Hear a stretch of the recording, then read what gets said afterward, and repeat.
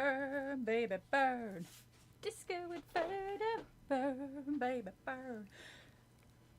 Oh, burn, baby, burn. Disco, we're alive! Uh-oh. My goodness, where is everybody?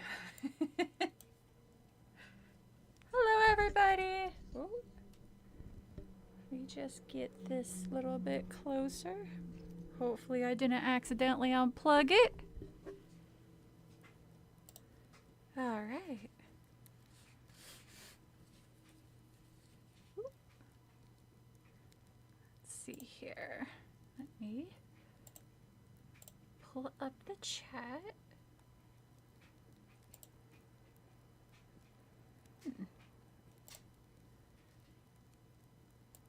Ooh. Hello, Thanatress. How are you today? Sorry, I'm just setting up everything. Hello, Adam. Hello, Villano. I always fuck up your name. I'm sorry, Villano. It's lovely to see everybody so far. Let me see here. As you can see, I'm burning, and I finally figured out how to set the background of my back. Ignore the D.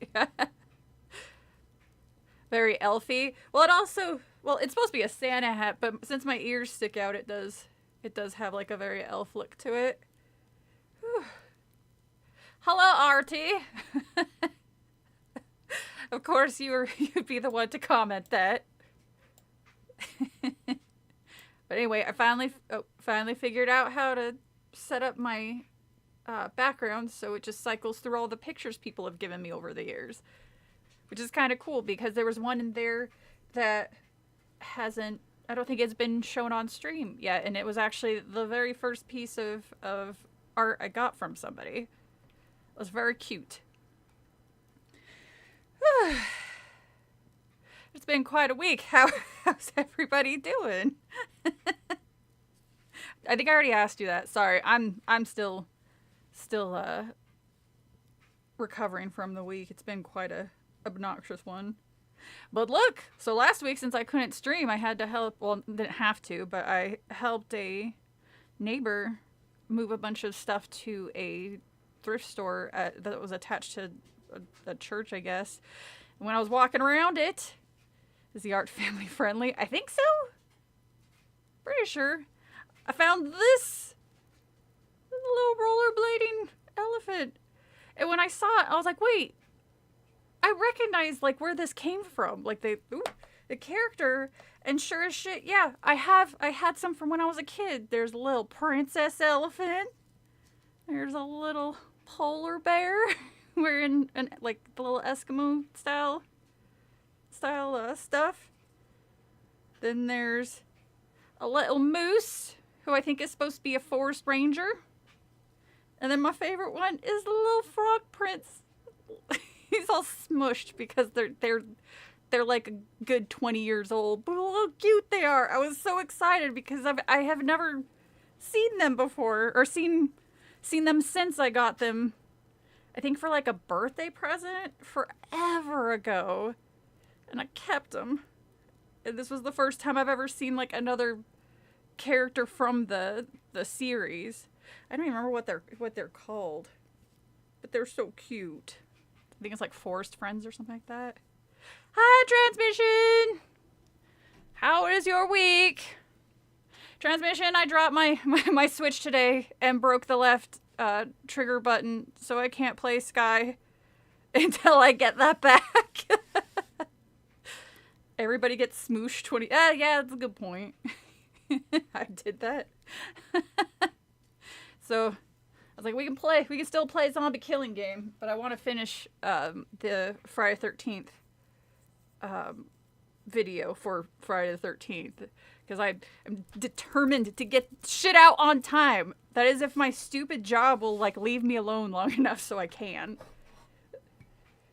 But I also have the Candyman video, which I think I'm gonna push to January, which is good because I filmed both of them back to back. along with the third one that I want to release for Christmas. That one's going to be, I feel like it's going to be shorter. So I filmed all 3 of them, started filming Candyman. My dryer's done. Started started editing Candyman, then stopped because I want to get this Friday 13th video out. And then when that's done, I'll go back to Candyman and the other one. Then hopefully I'll get it where I'll have a month ahead, like Machete said it was a good idea to do. And then you guys will have a video every month, and I'll have a whole month bumper to get this shit out, because sometimes I wish YouTube was my full-time job. Because then I can just sit at home and edit videos and stream and chat with you guys. But unfortunately, I do not have the that type of luck. But at the same time, a video about Christina Aguilera. Christina Aguilera has a... Wait, is it the Candyman song? You have to make up excuses. No! No, it's fun to play games with you. It's just, I was playing the Moomin thing on the Moomin event, and it's got like a little girl who's invisible, which I thought was cute. And I was sitting in my kitchen playing it while the birds were eating this morning, and when I got up, it slipped out of my hand and landed ever so perfectly on the trigger button, and it's smooshed in. Like, I couldn't get it to smoosh back out, so I sent it away the same day, so hopefully I'll get it. I'm hoping in the same week, because I would like to play it again. Okay, what do we got here? Let's check to see how many peoples we got, because I usually like to... Hello, Unique! Ooh, Attack of the Killer Tomatoes. That's a fun one. Hello, Unique. That one's cool. Very Burton. Oh, yeah. Attack of the Killer Tomatoes is a fun one. I used to watch that one a lot when I was a little kid. That one and the Killer Clowns from Outer Space. You would think those... Well, the kids are at it early tonight. You think that those are the type of movies that would scare me as a kid, but they were some of my favorite ones growing up. All right, who we got here? 10? Okay, that seems like a pretty decent amount, people. And Killer Tomatoes is definitely on my list. I currently already have 3 set, but none for February. So maybe I'll do more of like a campy, fun one like Killer Tomatoes or Killer Tomatoes on. I was talking about the drawing. Oh, you did do that. But that one right there that you can see right now, that one was the very first piece of art I've ever gotten. And that was from, I always mess up their name too, Nikitana? Killer Clowns from Outer Space. Ninny is the Invisible Girls. Yeah, she's so cute. I mean, I haven't seen her face yet, but from what I've seen, she's adorable. And apparently horribly abused from what I'm getting. Hi, Zach! So I was like, ooh, what a fun kid's story this is. Where it seems like she had an abusive family. Ooh, that's a little rough for a kid. Well, I guess it's more realistic. It makes kids who suffer that type of thing feel seen. So nothing against that. All right. Are you guys ready for the spooky, scary snowman? With Beetlejuice? Nice art. Oh, thank you. Can't take credit. This is all things people gave to me. Okay. Whew. Anyway, hope everybody had a good time. A couple people aren't going to be able to make it, but have I heard of Ghoul Host? Oh, I thought you were talking about a movie. I haven't. Well, hold on, pause. Let me do a quick look. I mean, let me see. I like the name. No, not Ghoul Ghost. Oh my god, she's beautiful. I love her. But I'm a little out of her Might be a little out of her league. She's got 11K subscribers. I'm still the itty bitty 3K. Usually, show the moose again. The little moose. He's a little park ranger. It looks like he even... Oh, was that a little badge? No, it's just little pockets. He just has little pockets. Hey, there's no... trying to do... Fucking Letterkenny. You can't build a fire here. I'm sorry. Nonsense. Like, I don't know. I tend to not bother people. I was like, yeah, just stay in my tiny little corner of the internet. Oh yeah, those are... I think it just unlocked something terrible in me after finding those. I was like, well, shit. Then I go on fucking eBay and find like a whole goose family and a panda family. They're like the tinier versions of calico creatures. I was like, Jesus, I already bought like $100-something to buy the complete collection of Melanie's Mall from my childhood because I think it was donated when I was still playing with it. Hello, Tokelock. Hello, Anthony. Didn't realize people could send you art. I can use a project to kill some time. Aw, well, it's not. It's awesome. Like, I was never expecting to reach any type of level that people would want to draw art for me. But even if it was the thing where you didn't, what am I gonna do, Anthony? Ew, why are you sending me this thing that you work so hard of because you like watching my stuff and is a fan? Ew. Like, I was like, well, actually, I take it back. Maybe there are some YouTubers that are assholes like that. I mean, I did watch, I can't remember. I did accidentally because it was like the next video and I didn't feel like going back and clicking out. I was watching a video from a different creator and then it started playing this thing about a YouTuber, or maybe it was a Twitch person who was losing their mind because somebody who makes little plushies for people made one of hers, or an extra one. So I'm only half listening, but yeah, sound like a real asshole. Ew, fans are gross. All those toys are an investment. I keep telling myself. No, it's like I'm very touched whenever anybody sends me something that they worked on. It does make me very happy to see, and it makes me super happy to receive. So, of course. In fact, I want to, hopefully they'll print out well. I want to print them out, and I want to frame them and put them on the wall. By the way, not this stream, but probably the next stream is the last time you're going to see the way this setup is, because I'm going to be redoing this room for a third time. But this time I think I got it down to exactly where I want it. Like exactly what I want. I've been working on it. I've been like mapping it out, and I bought everything. So it's gonna unveil eventually. All these toys are an investment. I keep telling myself that as a person who has a shelf of Transformers. Hey, Transformers, especially the older shit. Yeah, no, that is an actual investment. Girl toys, not so much. Girl toys don't seem to be that like as worth thing as like either the unisex or the boy toys. Like the just the Masters of the Universe stuff, like just Castle Grayskull goes for a pretty penny online, whereas I bought this entirety of Melanie's Mall for like $130, and that's everything including the little figures. All right, sorry, I'm getting distracted. You guys are supposed to do that when I'm reading, not before. That's cheating.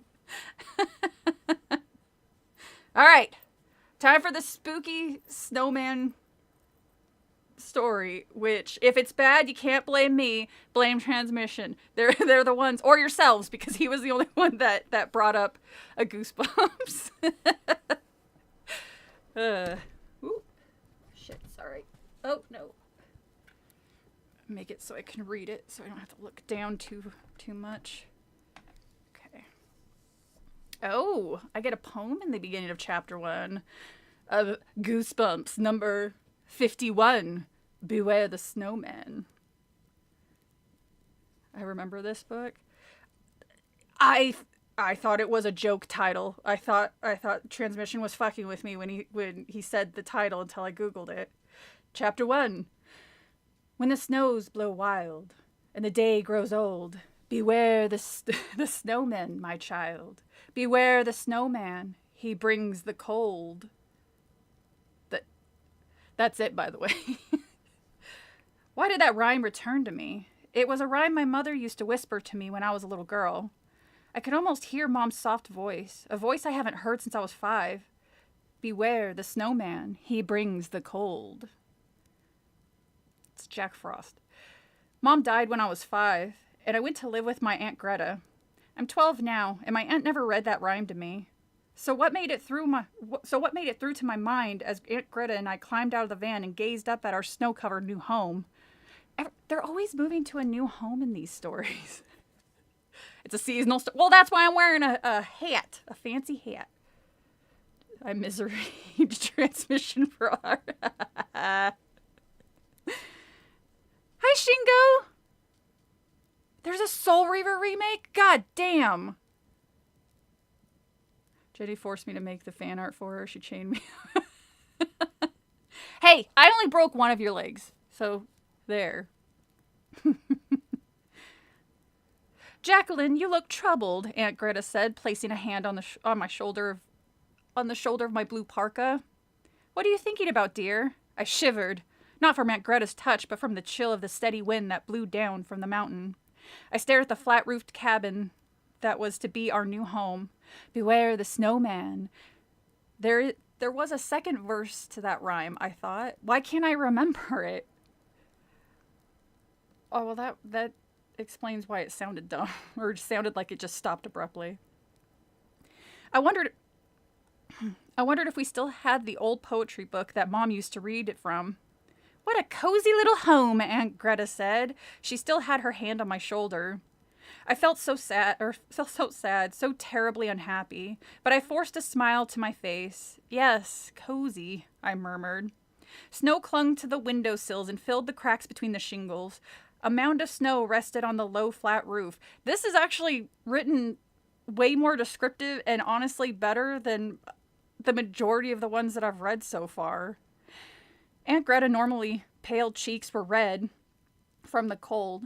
She isn't very old, but she had white hair for as long as I could remember. She wears it long, always tied behind her head in a single braid that falls nearly down, halfway down her, or all the way down her back. She is tall and skinny, and kind of pretty, with a delicate round face and big, sad, dark eyes. I apologize if I'm kind of stuttering a little bit. I don't have my glasses yet, so the screen's kind of fuzzy at times, so I apologize. I have it on as bright as I possibly can get it. I don't look at all like my aunt. I don't know who I look like. I don't remember my mom that well, and I never knew my father. Aunt Greta told me he disappeared soon after I was born. I have wavy, dark brown hair and brown eyes. I am tall and athletic. I was the star basketball player on the girls' team at my school back in Chicago. Wait, she's from Chicago, and she's like, brr, it's cold. Have you never fucking been to Chicago or know anything about it? There's a couple people I know who do. Hi, Alexander. I had a great day presenting to senior leadership. I don't mind doing it, but it's a breath of fresh air. Oh, nice. Nice. Congrats, Alexander. Good for you. Oh, hi, Jay. Went down a rabbit hole drawing 90s cartoon characters, a member of the Akatsuki. Oh, it's a Naruto thing. The Akatsuki from Naruto. I'm so excited for the Soul Reaver remake. I didn't even know that was a thing. I should put here. I like to talk a lot and sing and dance. Aunt Greta can go a whole day without barely saying a word. I love her, but she's so stern and silent. Sometimes I wish she was easier to talk to. I'm going to need someone to talk to, I thought sadly. We had left Chicago only yesterday, but I already missed my friends. How am I going to make friends in this tiny village on the edge of the Arctic Circle? I wondered. I helped my aunt pull bags from the van. My boots crunched over the hard snow. I gazed up at the snow-covered mountain. Snow, snow everywhere. Snow, snow, snow, snow, snow. I couldn't tell where the mountain ended and the clouds began. The little square houses along the road didn't look real to me. They looked as if they were made of gingerbread. As if I had stepped into some kind of fairy tale. Except it wasn't a fairy tale. It was my life. My totally weird life. Why did we have to move from the United States to this tiny frozen mountain village in Europe? It doesn't say where. Aunt Greta never really explained. Time for a change, she muttered. Time to move on. It was so hard to get her to say more than just a few words at a time. I knew that she and Mom grew up in a village like this one. But why do we have to move here now? Why did I have to leave my school and all my friends? Sherpa. What kind of a name is Sherpa? Can you imagine that's the name. Can you imagine moving from Chicago to Sherpa? Lucky, huh? No way. This isn't even a skiing town. The whole village is practically deserted. I wonder if there was anyone here my age. Aunt Greta kicked snow away from the front door of our new house. Then she struggled to open the front door. The wood is warped, she grunted. She lowered her shoulder to the door and pushed it open. She's thin, but tough. I started to carry the bags into the house, but something standing in the snowy yard across the road caught my eye. Curious, I turned and stared at it. I gasped when it came into focus. What is that? A snowman? Is that a snowman with a scar? As I squinted across the road at it, the snowman started to move. I love that every single... Because I said it before, they do this on purpose to get the kid to keep reading. But I love how every chapter, well, damn near every chapter, ends on a cliffhanger. So the kid is like, ooh, hi, Darby! Phone died on me. Oh, that always sucks. Cheetown. Oh, does it? Sorry. Ooh. Do you want to build with only if it's got a scar? I guess the guy has this snowman has a scar, implying that it has some type of flesh. I blinked. No, the snowman wasn't moving. Oh, well, I'm going to close the book then. Its red scarf was fluttering in the swirling breeze. My boots crunched loudly as I stepped up to the snowman and examined it carefully. What a weird snowman. It had slender tree limbs for arms. One poked out to the side. The other stood straight up, as if waving to me. Each tree limb had 3 twig fingers poking out from it. The snowman had 2 dark round stones for eyes, a crooked carrot nose, and a down-turned sneering mouth of smaller pebbles. This just sounds like a regular snowman that's built by like an angsty tween. Why did they make it so mean looking, I wondered. I couldn't take my eyes off the scar. It was long and deep, cut down the right side of the snowman's face. Weird, I muttered out loud. My favorite word. Aunt Greta is always saying I need a bigger vocabulary. I don't know, this is like your inner monologue. You got a pretty decent one for what'd you say, a 12-year-old? 20 degree, wow. I know that. What? Soul Reavers. So worked on Michael Jordan. What? Chaos in the Windy. I've never even heard of that game. I've heard of Shaq Fu, but I've never heard of Michael Jordan Chaos in the Windy City for the Super Nintendo. But how else would you describe a nasty-looking, sneering snowman with a scar on its face? Jacqueline, come help! Aunt Greta's call made me turn away from the snowman. I hurried back across the road to my new house. It took a long while to unpack the van. When we lugged the final box into the cabin, Aunt Greta found a pot. Then she made us hot chocolate. Ooh, hot chocolate. On the little old-fashioned stove in the kitchen. Cozy, she repeated. She smiled, but her dark eyes studied my face. Well, that's kind of... She's smiling, but she's staring at you. That's kind of creepy. I think she was trying to see if I was unhappy. At least it's warm in here, she said, wrapping her bony fingers around the white hot chocolate mug. Her cheeks were still red from the cold. I nodded sullenly. I wanted to cheer up, but I just couldn't. I kept thinking about my friends back home. I wondered if they were going to a Bulls game tonight. Hey! My friends were all into basketball. I won't be playing much basketball here, I thought unhappily. Even if they play basketball, there probably aren't enough kids in the village for a team. You just need one other person. You don't need a team if you're going to just play one-on-one. You'll be warm up there, Aunt Greta said, cutting into my thoughts. She pointed up to the lower ceiling. The house only had one bedroom, and that was my aunt's room. My room was the low attic beneath the roof. You'll be fine in the attic, child. I'm gonna check it out, I said, pushing back my chair. It scraped on the hardwood floor. The only way to reach my room was a metal ladder that stood against the wall. I climbed the ladder, then pushed away the flat board in the ceiling and pulled myself into the low attic. It sounds like an unfinished attic. A flat board to the ceiling and pulled myself into the low. That's what it sounds like.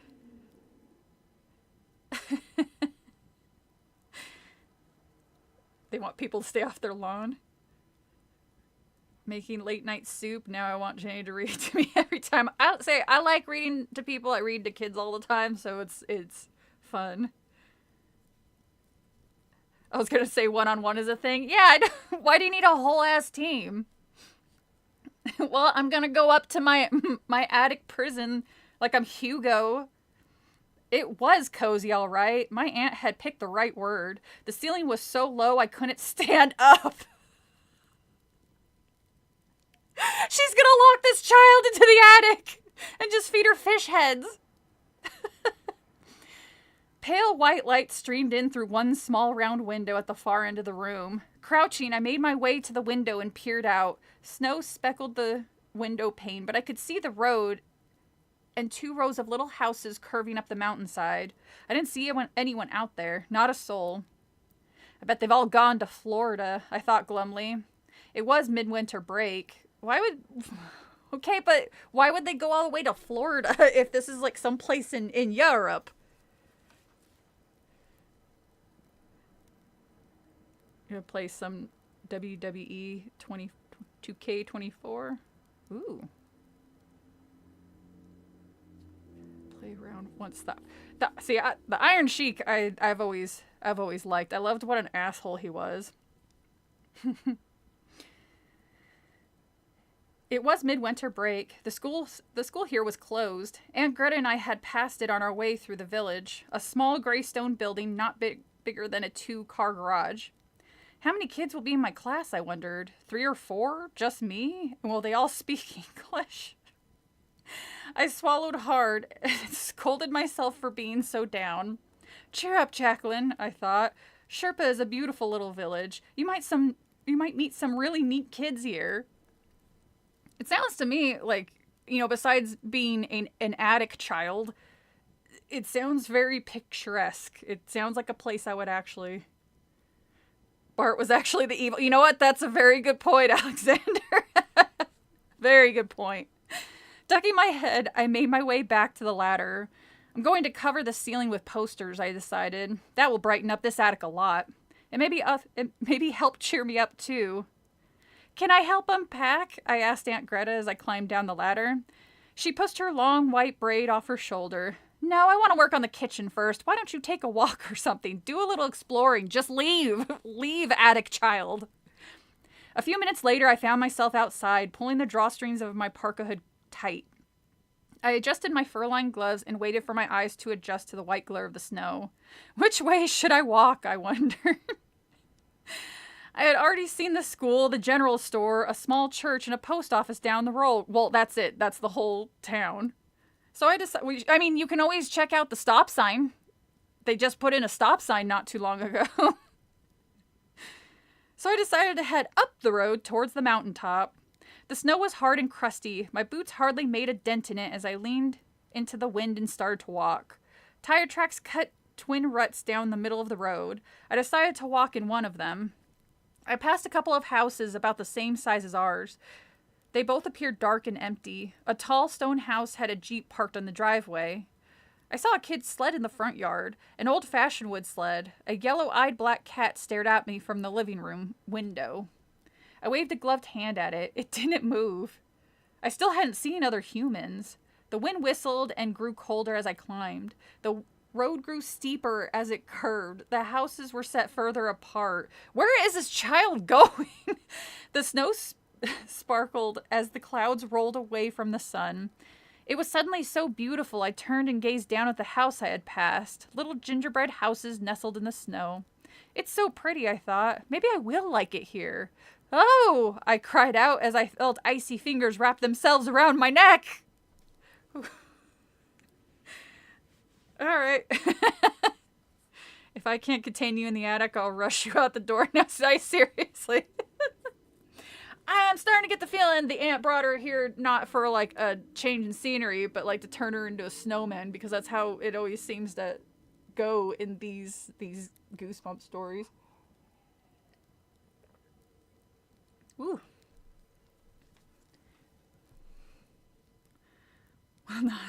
Not to survive the series, that's for sure. Yes. Seriously. I spun around and pulled free of the frozen grip and stared at a grinning boy in a brown sheepskin jacket and red and green wool ski cap. Did I scare you? He asked. His grin grew wider. Before I could answer, a girl about my age stepped out from behind a broad evergreen brush. She wore a purple down coat and purple gloves. Don't mind Eli, she said, tossing her hair off her face. He's a total creep. Thanks for the compliment, Eli grinned. Oh, God, there's always a character like this in the goddamn books, too. It's like an obnoxious little twerp.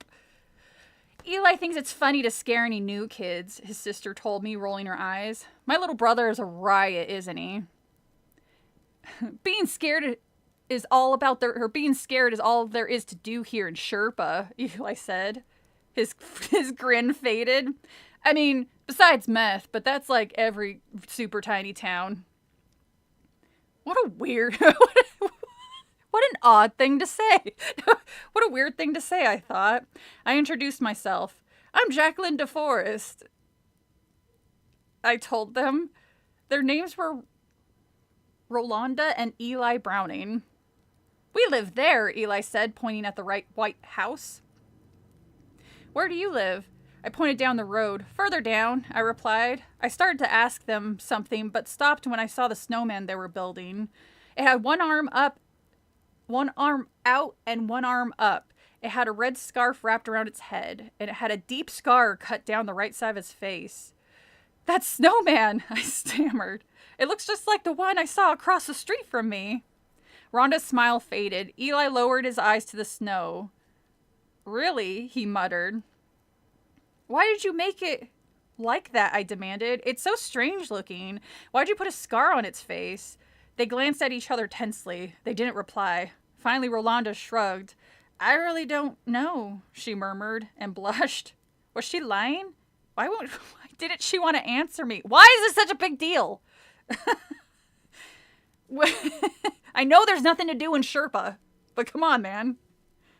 I find it funny that they name drop the Bulls. I wonder if my Chicago friends from Chicago are watching the Chicago sports team to Bulls while eating Chicago hot dogs. Have a counter for how many times they mention the word snow.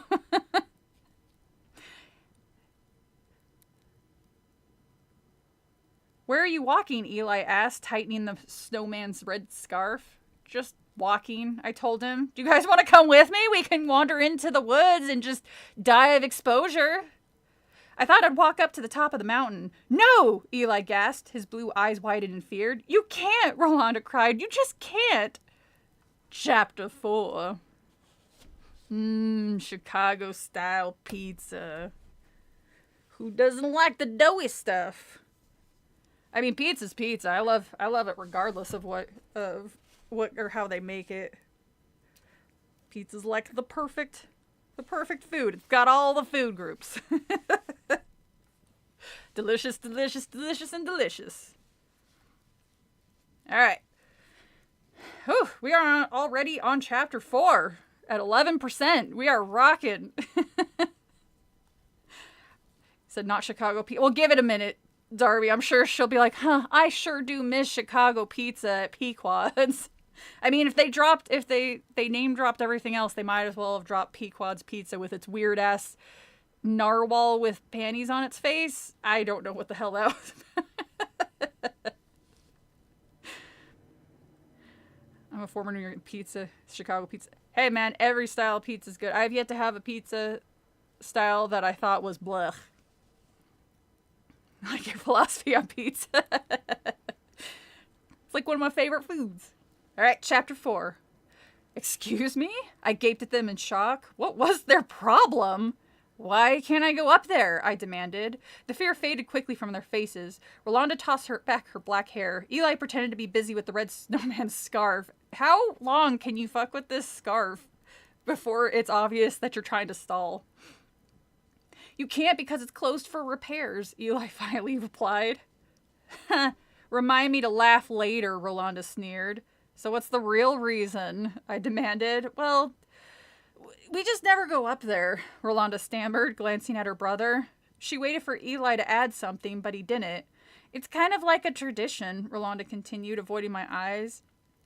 I mean, well, we just don't go up there. It's too cold, Eli added. That's why. It's just too cold up there for humans to survive. You would turn to ice in like 30 seconds.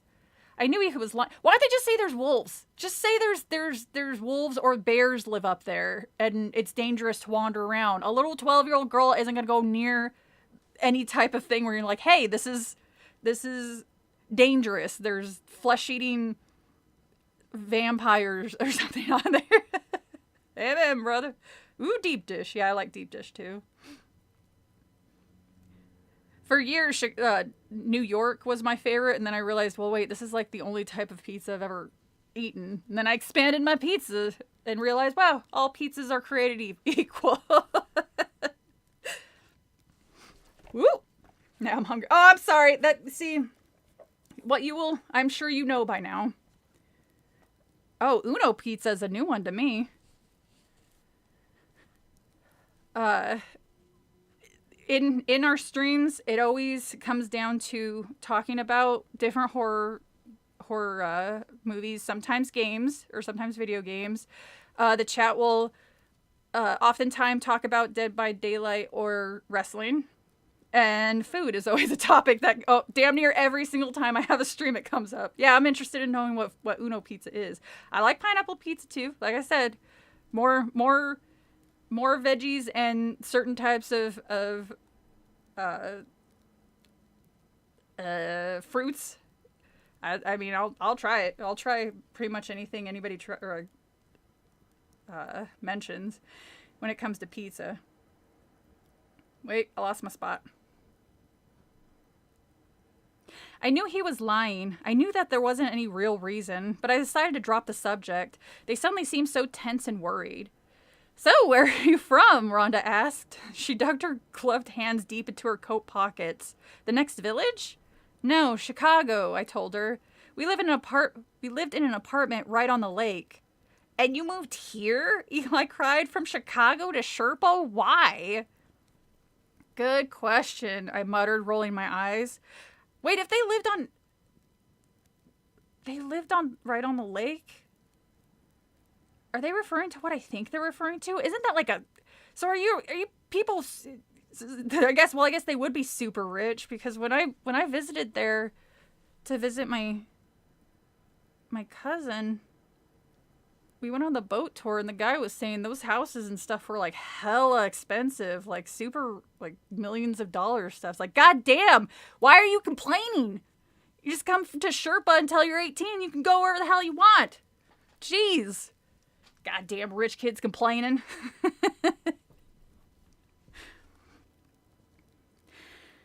I lived with my Aunt C, and Aunt Greta decided to move here, so I couldn't keep the sadness from my voice. We talked for a few more minutes. I learned that they had lived in Sherpa their entire lives. It isn't so bad. You get used to not seeing many people, Rolanda told me. And it's nice if you like snow, Eli added. Lots and lots of snow. We all laughed.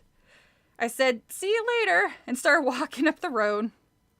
Wait, you're not going on the top, are you? Eli called. He sounded really frightened again. No, I called back. I pulled my hood tight. It's getting kind of windy. I'm just going to go a little farther. The road curved higher. I crunched my way past a wide, woodsy lot filled with pine trees nearly as thin as pencils. The trees tilted at all angles. Not one of them stood straight up. I saw animal tracks in the snow. Raccoon? Or maybe a squirrel? No, too big. Deer tracks? I couldn't tell. I raised my eyes and cried out in surprise. Another sneering snowman stared back at me with its twisted carrot nose and coal-black eyes. Its red scarf fluttered in the strong wind. I stared at the long scar cut deep in its face. Its twig arms waved in the wind as if greeting me. Why do they keep building these creepy snowmen? I asked out loud. I turned and saw another one in the front yard across the street. Same tree branch arms, same red scarf, same scar. It must be some kind of village decoration, I decided. But why didn't Rolanda and Eli want to tell me about it? Heavy gray clouds rolled over the sun. The snowman's shadow appeared to stretch until it swept over me. I felt a sudden chill and stepped back.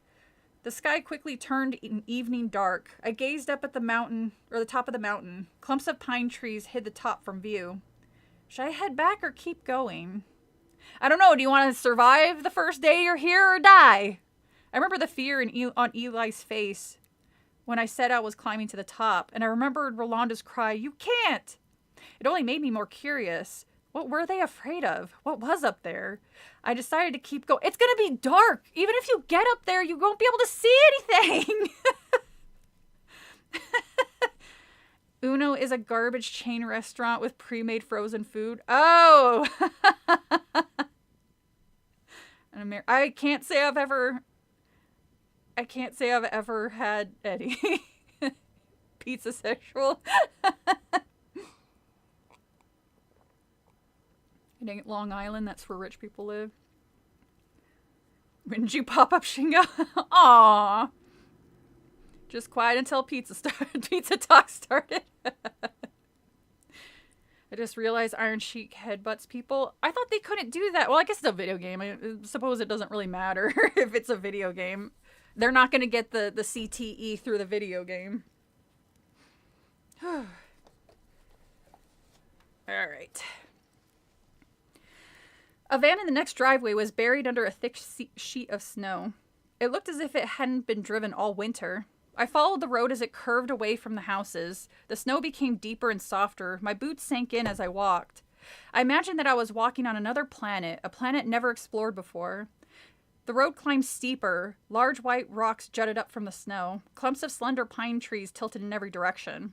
There were no houses up this high. I could see only trees and snow-covered shrubs and jutting rocks. The road curved again.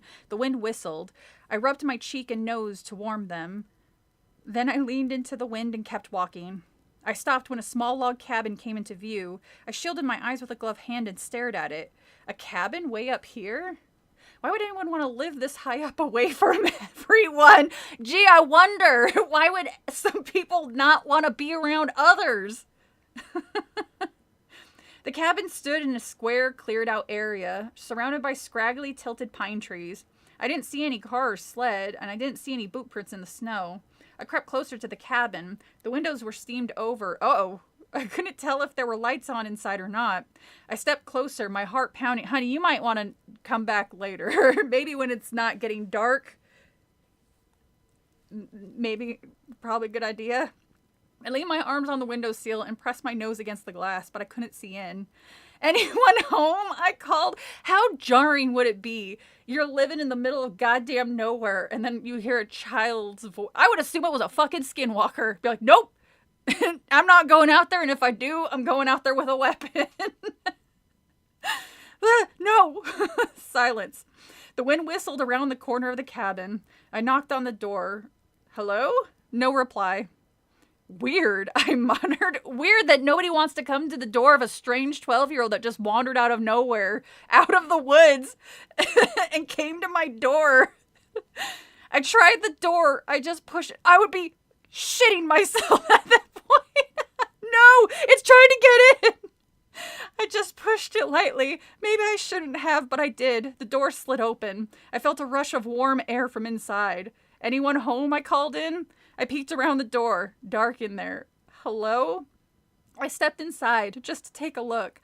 The snow had been so bright outside. My eyes adjusted slowly to the dim light, and before I could focus, I saw a white blur, a growling white blur. It leaped on me. Hot breath on my face, and a snarling white creature tackled me to the floor. Okay, so our protagonist is now now a criminal because she just did a B&E. Well, I guess just more of an E, entering without invite. I don't.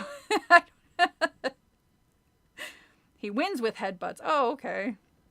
Child filled with buckshot at remote panicky buckshot at remote cabin in the wind.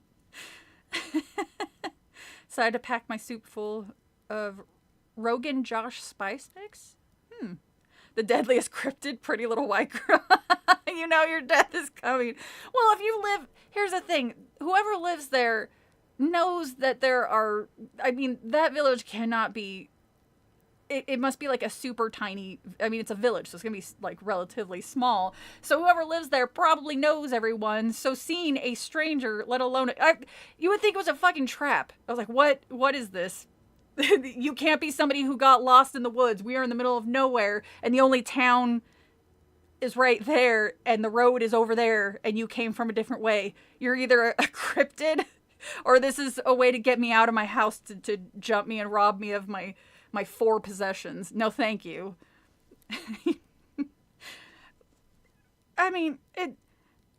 If it has indoor plumbing and I have decent Wi-Fi, I would totally live in a cabin in the woods alone, because I think that would be fun. I would just turn into a forest witch or something. Whew. The only problem is I don't know how to farm anything. Probably would be my downfall. Chapter 5. Down, Wolfbane! The snarling stopped instantly, and the creature backed off. Down, Wolfbane! A man's voice ordered sternly. Gasping for breath, I wiped hot saliva off my face. Ew. I hate that line so much. And I realized I was staring up at a white-furred wolf. Oh, it's a wolf!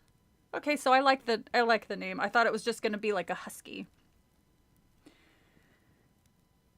The wolf was breathing hard, too, jaws open, tongue snaking down nearly to cabin floor. Oh, so this is a cryptid then. Because wolves' tongues aren't that long. They're not like chameleons' tongues. Its head was lowered as if preparing to attack again. Its round, dark brown eyes locked on me suspiciously. Down, Wolfbane. It's okay, boy. I rolled away from the panting creature and climbed to my knees. 2 hands reached down to grab my hands and tug me to my feet. Are you okay? The man studied me with round silver gray eyes. He was tall and thin, dressed in denim. I hope he had all denim. Like denim jacket, a denim shirt, denim jeans, a denim hat, denim socks, denim mustache, denim glasses. He had long gray hair tied back in a short ponytail and a thick white pure beard. Oh, it's a Santa Claus then. Like hippie Santa Claus. Whoa. His eyes glowed like steel marbles. I could almost feel them burning into me. Is that really a wolf? You demand nothing, child. You've broken into this man's house. He nodded, his expression stern, his eerie eyes not moving, not blinking. He won't hurt you. Wolfbane is well trained. But my mouth suddenly felt so dry as it was hard to talk. You startled us, the man said, not blinking, not looking away. We were in the back room. Oh, well, lucky you managed to get out. Usually you're stuck in there for the rest of your life. He motioned towards the doorway in the back wall. Sorry, I murmured. I didn't know anyone was in here. I thought, well, who are you? The man demanded angrily. He narrowed his silvery eyes at me. Behind the bushy white beard, his slender face reddened. I didn't mean to. Who are you? He repeated. I was just taking a walk, I struggled to explain. If only my heart wasn't pounding so hard. If only my mouth wasn't so dry. The white wolf uttered a low growl. It stood tensely, head lowered, eyes locked on me, as if waiting for a command to attack. Why did you break into my house? The man demanded, taking a step towards me. He's dangerous, I realized. Bitch, you're the one who broke into his house! How does he know? The Canadian tuxedo. Isn't denim like a... Oh my god. I wonder if there are denim... Do you think that there is denim tuxedo? Do you think that's a thing? A denim tuxedo? Like a literal one with like the tie and everything? Denim Dan. Oh shit. Hi, Skullface. Well, that's his name now. Thank you, Skullface. Why'd you break into my house? Denim Dan demanded, taking a step towards me. He's dangerous, I realized. There's something very strange about him. Something very angry. I didn't break in. I just opened your door and walked in without permission. You broke into my house, he insisted. Don't you realize how dangerous that is? Wolfbane is trained to attack strangers. Sorry, I choked out. He took another step toward me. He still hadn't blinked those weird round eyes. My chest tightened in fright. What did he plan to do? I didn't want to find out. I took a deep breath and I spun around and ran out the door. Could I get away? Again, like, granted, this isn't the U.S., so like not everybody's gonna have a gun wherever Sherpa is. But if it's a small village and if it happens to be like farmers, they're gonna have guns. Especially like this fellow. This fellow probably has guns. So maybe not fucking wander around or wander into somebody else's house. Wait, she was in Chicago in the am I misremembering? Wasn't Chicago in like the early 90s kind of like the crime was relatively bad back then? I don't remember. I could be misremembering. I just rewatched Candyman like not too long ago. But kettle meat pot. Yeah, Darby, exactly. You kids are hooligans. I don't recognize you. I don't know where the hell you came from. I love how she's trying to turn this dude into the bad guy. He's like, hey, R.L. Stein. Maybe not have your protagonist break into other people's houses and then try to make the victim the bad guy. Kid breaks into house and calls the residents strange.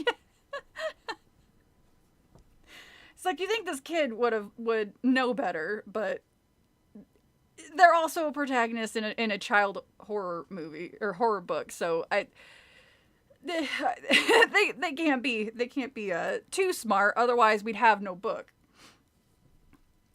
Behind me, the door slammed hard against the cabin wall. I glanced back and saw him burst out of the cabin after me. Where are you going? He cried. Hey, stop! Where are you going?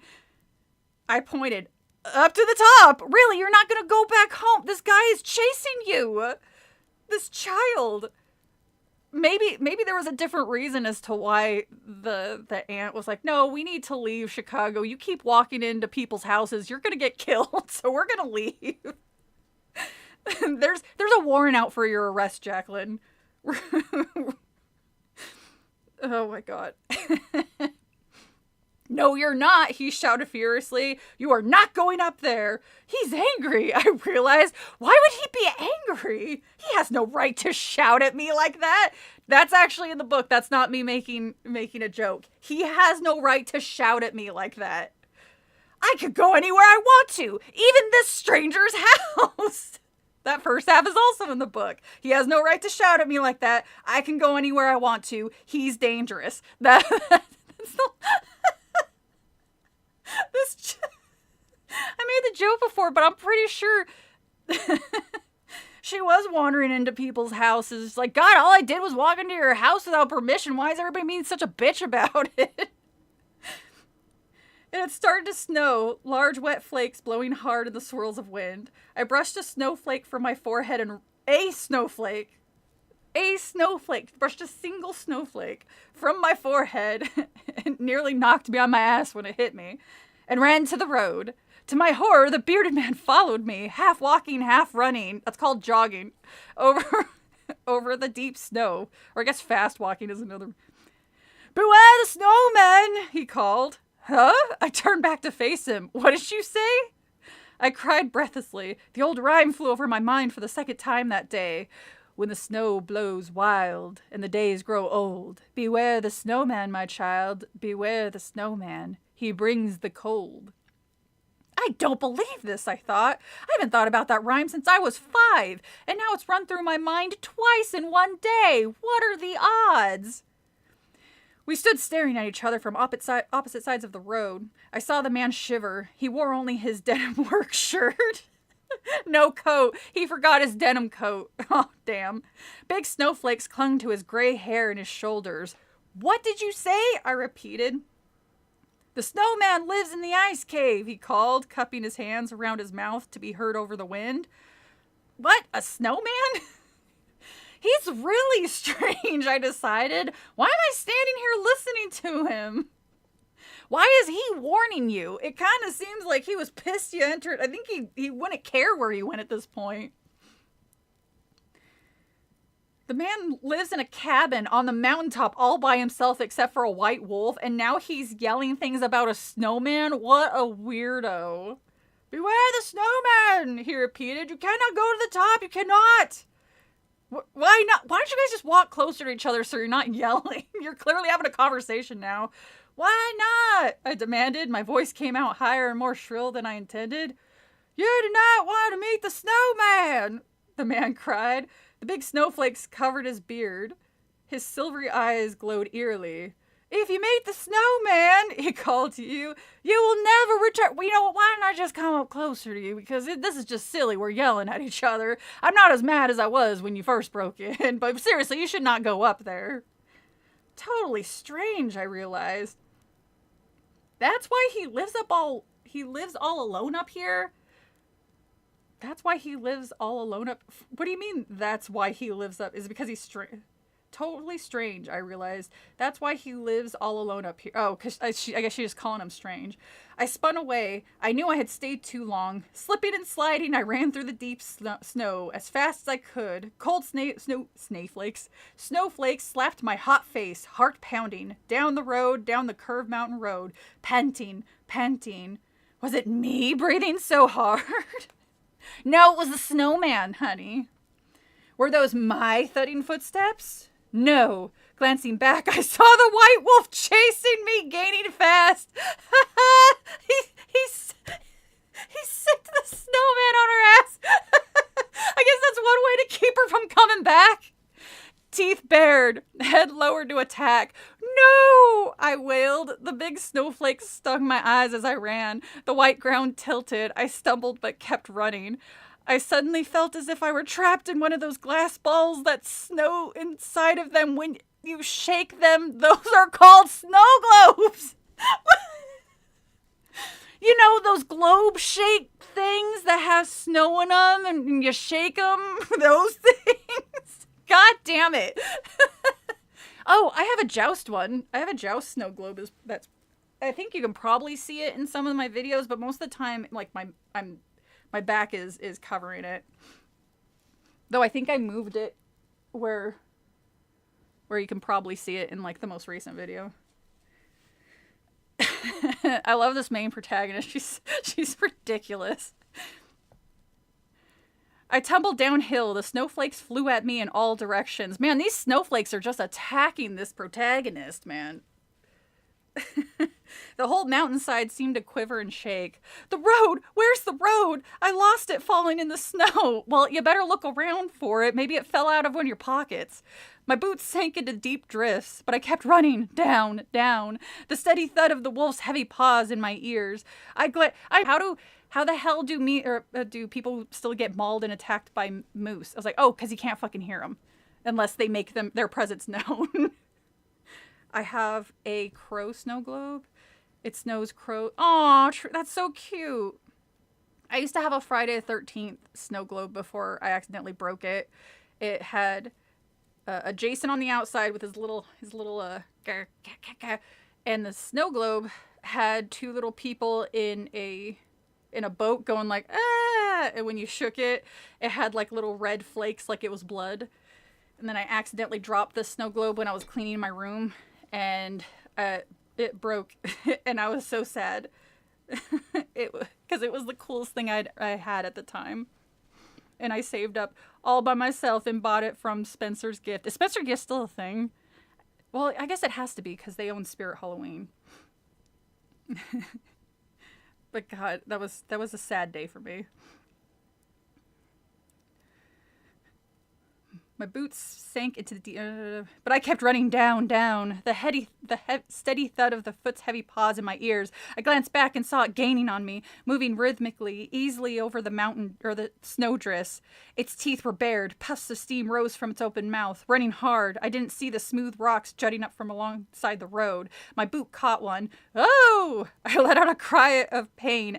As it shot up my leg, I lost my balance and stumbled forward, landing hard on my stomach in the deep snow. I gasped for breath. The fall knocked the wind out of me. Scrambling to my knees, I watched helplessly as the white wolf closed in. This made the yellow snowman even worse. I never had a snow globe. And I mean, it's not something that you really need to go buy in your normal life. It's just something that I happened to see that I desperately wanted it at Spencer's Gifts forever ago. I think like early 2000s. Honestly, what can a snowman really do? Just piss on them? I mean, you get some even lukewarm water in like one of those little squirt guns, the ones that you pump, the pump action squirt guns, and you're golden. You can commit like snowman genocide with just a squirt gun, or hell, maybe a bucket of hot water, and just throw it there. You're done. Like Wicked Witch of the West. Oh, melting. It's all that. Not really threatening. And I've seen both the heartwarming Snowman movie starring Michael Keaton. That was his name. I called him Beetlejuice earlier. And the horrible, scary movie of the same name, which was real confusing to me as a child. And they're both horrifying, but not in the way you would think. Not scary, just real, I can't believe people spent money to make this type thing, or this type scary. It's like, imagine how much food this could have gone to people. Did you hear that? Holy shit. Hold on. I think I just heard an accident.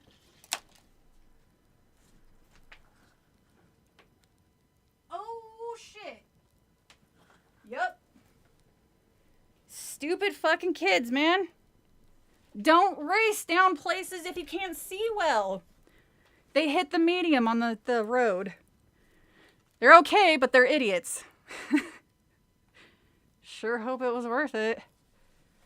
I really hope you guys heard that, because that shit was loud. I'm gonna wait to see. It's also way too late to be doing that shit. But yeah, imagine all that money could have gone to like feed shelter animals or people living in shelter or unhoused people. But no. You had to make the fucking killer snowman movie. Michael Keaton is a character played by the actor Beetlejuice. God damn it, Thanatos. They hit the medium. No, they actually put it in not too long ago to deter people from racing down that way. It's a concrete medium down that road where there's enough room for the cars to get through, but it was a way to keep them from doing that, and it looks like they hit it right down the middle because the car's stuck. Like, they didn't flip or anything. They're just kind of stupid kids. So I'm waiting to I'm listening to hear if they're just gonna try to leave, or if they gotta call like a tow truck to get them. Because I'm not snitching, but they've learned. I would hope they learned their lesson. Because, man, if you broke something under there, like, God forbid you bent the frame, you don't have a car anymore. You have a very expensive piece of metal. I mean, it didn't look like it, but if their airbags deployed, then, again, you might as well just get a new fucking car at that point. The medium didn't see it coming. You think it would, being a medium and all. Not medium, median. I'm sorry. Snowman genocide, that's what that's what's up. That was a good joke though. I love play on words, and I love puns. I love those, like dad jokes. Those are like my favorite. Well, I already hurt everybody's brain. I think it was on the Nun Massacre when I told you guys my favorite dad joke. It's like I could feel the collective groan from every single person in the chat when I told the joke. All right, chapter 7. We're 25% way through the story, and so far we read about our protagonist breaking into somebody's house and being a bitch about it, and finding out that she's gonna get locked in the attic when she gets back home. Definitely for, you know, doing the same shit they had to flee Chicago for. To my surprise, the wolf stopped a few feet away.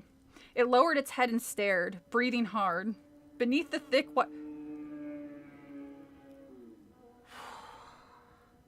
Okay. I got scared there because I could hear a motorcycle coming, and I was like, I sure hope it sees that car in the middle of the road, because the last thing I want to hear is somebody die. Okay, good. It's an action-packed stream, guys. Something, it's like the that South Park episode where you don't see anything happening with the heaven battle. You just hear, oh my god, look at all the carnage! Look at all the blood! Oh no! Now the car's turning into Bumblebee from Transformers! I can't believe this, guys! That's the sound of the police. Boop, boop. Wonder if R.L. Stine wrote these books thinking to himself, kids are dumb. These tiny imbeciles do. I kind of think that was the attitude of like 80s and 90s. Well, I guess not so many 80s movies, because there are a lot of 80s kids movies that are super dark. Like right off the top of my head, I think The Last Unicorn is way darker than I think little kids realized. That movie scared the hell out of me when I was a kid, but that movie's beautiful and brilliant. Dude, they don't give a damn where you live. Jenny zooming by car accidents like nothing happened. Yeah, no shit. Oh, the humanity. Oh, Darby. It lowered its head and stared, breathing hard. Beneath the thick white coat, its chest heaved up and down. Snowflakes melted on its tongue. There's another one you can start counting. The word snowflakes. Snow and snowflakes. I think snowflakes is up at least 5. Staring at it in fear, I pushed myself to my feet. I brushed my hair back and pushed the snow off the front of my parka. Was the wolf just catching its breath? Would it attack the moment I tried to run? Go home, boy, I whispered. Go home. My voice barely carrying over the wind and the snow. The white wolf stared up at me, still panting. I started to back up. I was afraid to take my eyes off of it. I took one step closer, then another. The wolf watched me, but didn't move. My boots crunched onto the road. Yes, I found the road. I kept backing up. She's just gonna keep backing up the whole way home. She's gonna back up into the house, back up, and then climb up backwards up into the attic. The wolf stood taller, lowering its tail, tensed its back. Its brown eyes followed me. Such human eyes. What was it thinking? Why did it chase after me? I don't know, maybe because you trespassed and it's trying to keep you off it, or scaring you away from ever trying it again? Was it making sure that I went down the mountain? Did the strange man send it to keep me from heading to the mountaintop? Yeah, kind of obvious. I took another step back, then another. The wolf didn't move. The snow-covered road curved away. I kept backing up until I fell off the side of the cliff, because she's not watching where she's going. Until I was out of sight of the creature. Phew! I uttered a loud sigh of relief, turned, and continued walking fast toward the village and my new house. Every few seconds I glanced back, but the wolf didn't follow me. The snow came down hard. I pulled my parka hood over my head. I held it with both hands and started to trot along the road. I wondered if Aunt Greta would be worried about me. She probably didn't even notice you were gone. I had been gone longer than I had planned. Low snow clouds hit the sun. I thought they said that earlier that the night darkness was coming, or whatever the hell that means. I guess it changed its mind. The snow hit reverse. Low clouds hid the sun. The sky became nearly as black as night. I started to pass houses on both sides of the road. I could see lights in some of them. One house had a blazing fire going in the fireplace. Black smoke curled up from the chimney. I passed one strange scar-faced snowman, his tree-limbed arm trembling in the wind. He appeared to be waving at me as I passed. I broke into a run. Another snowman greeted me as I rounded the next curve. I hate this village, I thought. It's too weird. Too weird. I'm never going to be happy here. Never. Why didn't Aunt Greta bring us here? Oh, what? You didn't like the children of the corn that you met? that you met at the very beginning, and you didn't like the guy yelling at you for breaking into his house, and you didn't like being chased down the mountainside by a giant white wolf? A thudding sound behind me forced me away from my unhappy thoughts. I am being followed, I realized. The wolf? No, these heavy footsteps were different. Human footsteps. The scary bearded man. He followed me. Oh! A frightened moan escaped my lips. Taking a deep breath, I spun around to face him. Jacqueline! Hi! I gasped and stared through the falling snow. We're on chapter 8, by the way. Well, I guess I need to start stopping in between.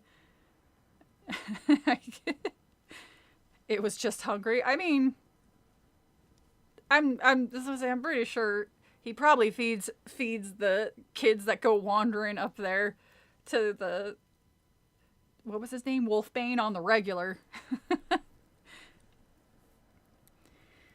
I stared through the falling snow at Rondella. She jogged across the road to me. Snowflakes dotted her black hair. You ran right past our house, she said breathlessly, pointing to her yard. Didn't you see us? I glanced over her shoulder and saw her brother Eli waving at me from their driveway. Oh, no, the snow was falling too hard, and Are you okay? Rhonda demanded.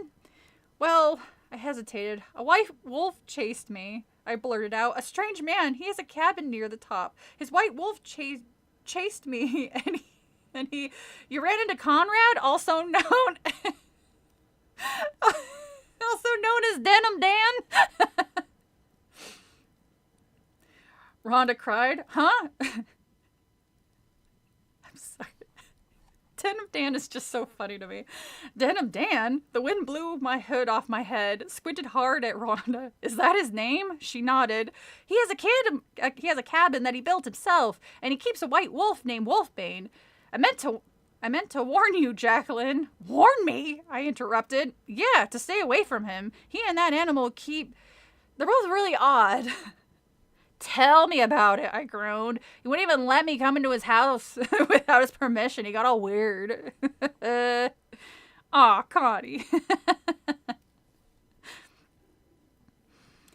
I groaned and rolled my eyes. Is that why you and Eli never go up on the mountaintop? Rondella lowered her eyes. Well, it's one of the reasons.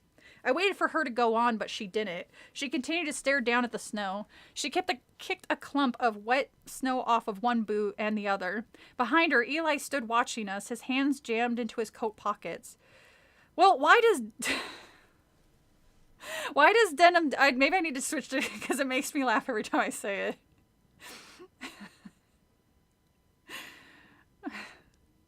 Okay, Conrad. I can't keep saying. Why does Denim Dan live up there so far away from everyone? I demanded. Rondella hesitated. She glanced back tensely at her brother. No one knows for sure, she finally answered. He maybe works for the Snowman. I mean, her voice trailed off. Excuse me? I cried. I was sure. I wonder if they're just like driving right by these poor kids because they didn't pay attention. Like, hey Jeremy, what's going on? Okay, bye. I was sure I hadn't heard her correctly. What did you say, Rhonda? He works for the Snowman? What do you mean? What does that mean? She didn't answer, again glanced back nervously at Eli. Come on, Rondella, what do you mean? I insisted.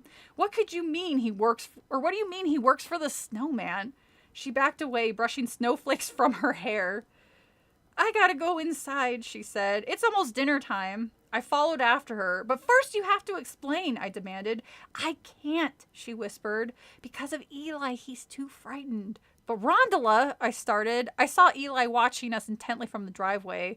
Go home, Rondella slapped, snapped.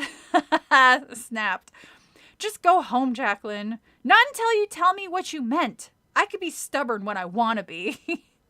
Okay, she whispered, glancing over her shoulder at Eli. Meet me tomorrow night, all right? Meet me tomorrow night at the church and I'll tell you everything. Oh, I'm sure this is going to be great.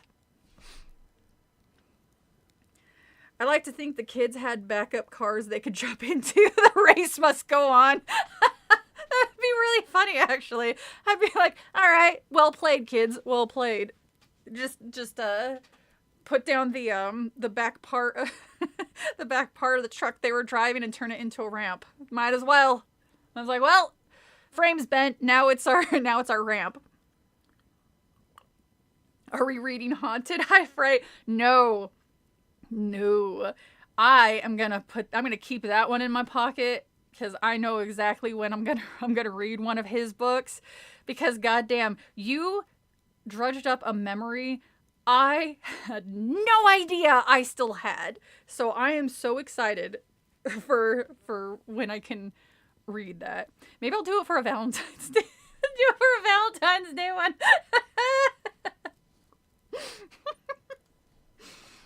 Oh, Chuck. Snowman offers 401k and health benefits, though. I mean, come on. You gotta have a 401k if you survive anyway, because who knows if the snowman's gonna end up killing you beforehand. Maybe he's one of those bosses like a super villain boss where he'll throw you into a lava pit or something if you do something wrong. Have any of you ever made ice cream snow before? I was in the first grade. My teacher had us make some. The snow was clean. No. Oh, I'm very... Oh, shit, Adam. Adam knows. Adam knows, too. I shouldn't have said his name. Yep. Good old Chuck Palahniuk.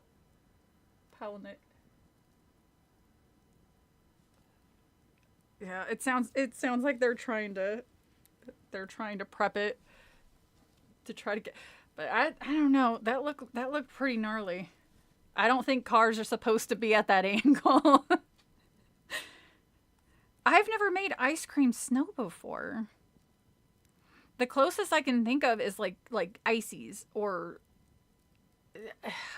maybe like the 7-Eleven slushies. That's like the closest I can think of, but not made of actual snow. That's actually kind of cool. How did they collect it? Did she just have like a little box or something she was collecting when it snowed?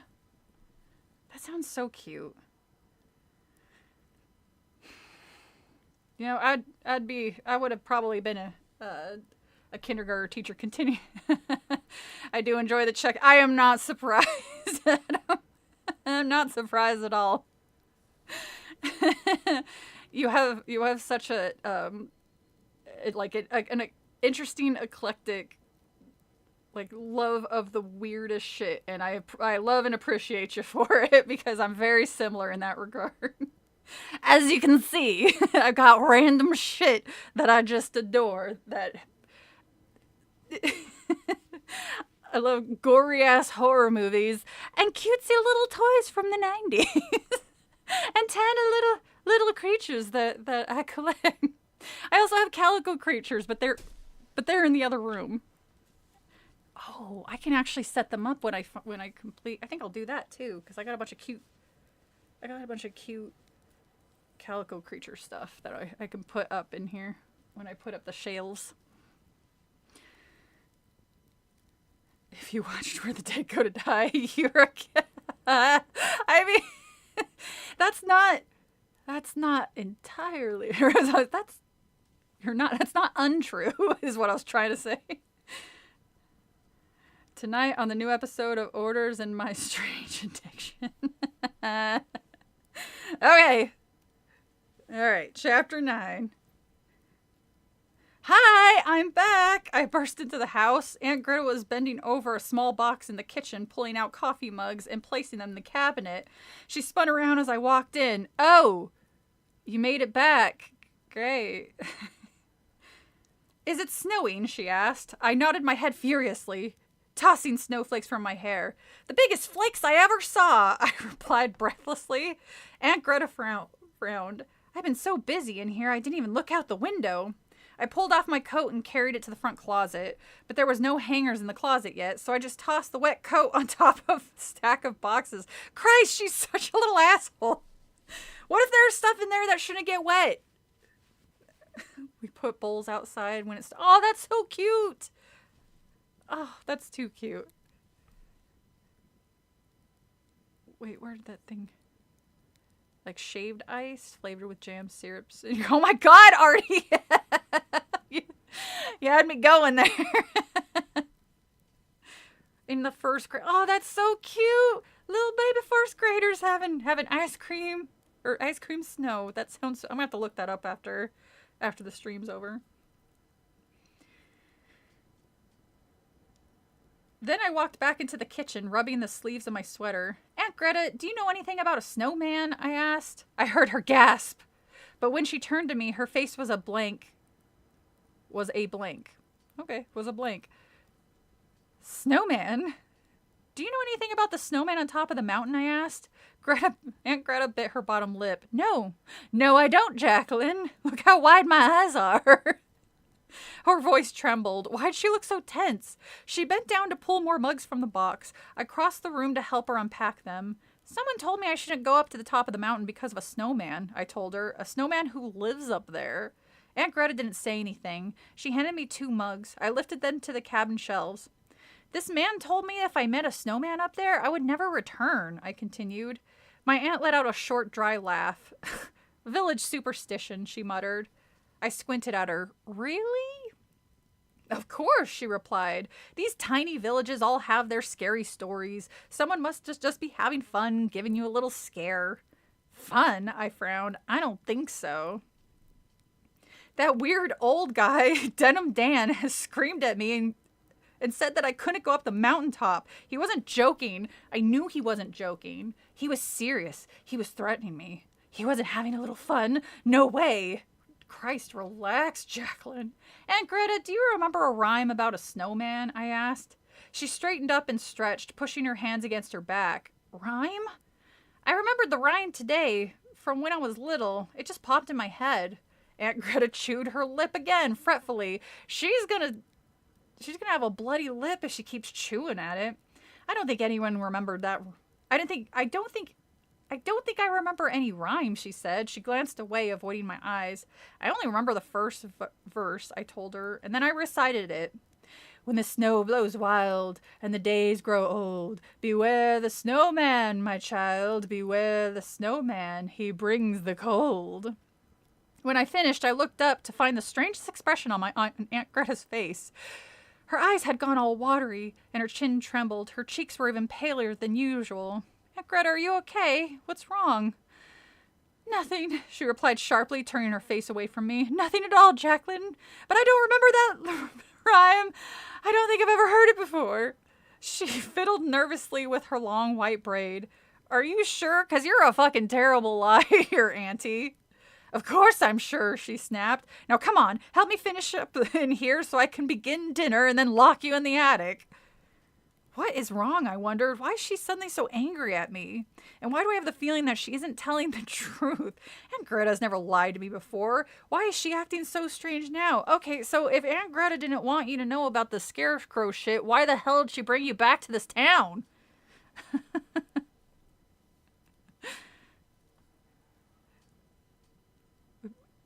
You can buy shaved ice in New York City on the street in the summer. Ooh, usually sold by little old Mexican ladies. Oh my God, the Mexican shaved ice is the best. We used to have like a little old couple who would go to the park, and they were just so cute. And I hadn't seen them in a while. And one of the other people were saying that the husband passed, and I was like, where do they live so I can go and give my condolences? They were so cute and so sweet, and I just loved them. And I haven't seen them for a long time. It was such a bummer. But God, those are the best. They're the best. We had something like that in my town too, but now we don't. I was kind of hoping somebody would have taken up the helm, but it's been a couple years, and so far I haven't seen, or a couple summers, I guess I should say, and I haven't seen them. It's very sad. One of the many things I love about New York. Our parents, when we were young, used to tell us fall snow was full of people from Texas. It gave you headaches.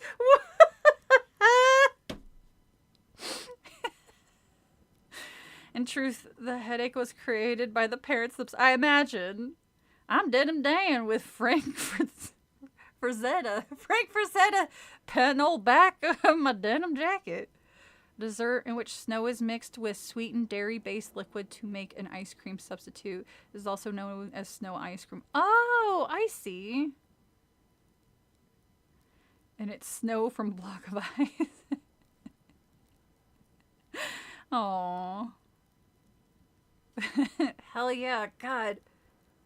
I mean, obviously, it's freezing outside, so we wouldn't have shaved ice people walking around. But man, I miss that. They had like this really good strawberry one, because you guys know me and strawberry. It was so good. They even had, as a, I'm sure shocking, but they also had tahine. And I was like, hell yeah, you empty that shit into my shaved ice. It was so fucking good. Ugh. See, again, like swerving back into food. All right, chapter 10. We are really? We're only 30% through. I went through a couple. Well, I guess they were like a page and a half, so I guess that makes sense. I've never had Korean shaved ice. It was goopy. It was goopy. Maybe it's something that they, or a different type of like texture or whatever that they put into it. Whew. Did it have like maybe tapioca? I know tapioca's super popular. Like not my thing, but I know a lot of people like tapioca. I always attributed that to like old people, like just because cartoons when I was a kid, that's how they would say, "Hey, this person's old, so they must like tapioca." Chapter 10. I couldn't sleep that night. My new bed felt hard. Well, you're sleeping on the floor, honey. It doesn't count it doesn't count just because she gave you a towel for a blanket. That's not a bed. I kept imagining that the low ceiling was sinking, dropping down on me. The snow clouds had drifted away, and a half moon appeared, low in the sky. The moonlight washed in through my round window, casting long shifting shadows over my room. I shuddered under my quilt. It was all so new and strange. I wondered if I'd ever be able to sleep up here. I shut my eyes and tried to think of nice, soothing thoughts. I pictured my friends back in Chicago. I called up their faces one by one. I wondered what they were doing today while I was having my frightening adventure on the mountain. I wonder if they missed me. I wonder if they watched the Chicago Bulls and had Chicago-style pizza and Chicago. I had just about fallen asleep when the howls began. Wolf howls? I climbed out of my bed and made my way to the window. Down below, the moonlight made the snow sparkle, almost as bright as during the day. Bushes tremble in a soft breeze. The wind carried another frightening howl. I raised my eyes to the mountain, but I could see only houses, dark and silent, and the silvery road that curved its way up to the top. My whole body tingled. I knew I couldn't fall asleep. It was chilly up here in my little attic room, and the air felt heavy and damp. I decided to take a walk? You decided to take a walk? No. I misread that. I decided to take a walk. Maybe it'll help me relax, I told. It's like 2 in the morning. I pulled on a pair of jeans and well, we're never going to see Jacqueline again. Tapioca! Tapioca is Jen's next bird name. Oh no, I actually had I had a bird's name, funny enough, earlier today, but I was, because I need to get Tippy a boyfriend. She's driving me crazy.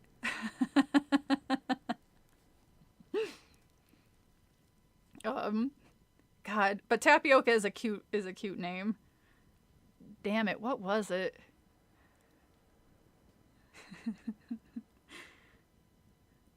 Maybe it was Socrates. I think that's what it was. I think it was an S name. Because I like old and odd names. I can't. I'm still blown away at this child. This child must not have any fear. What if Tippy is gay? I mean, it's funny you should say that because I'm pretty sure she isn't. Because poor Hildegard just adores Tippy. She follows her around everywhere. If Tippy comes wandering in here, Hildegard is right behind her, and she will not go near her. And I have tried so many times because they're obviously they're not the same thing. One's a conure, one's a lovebird, but they look goddamn identical. It's just one is much bigger than the other. But you know, she is not she's not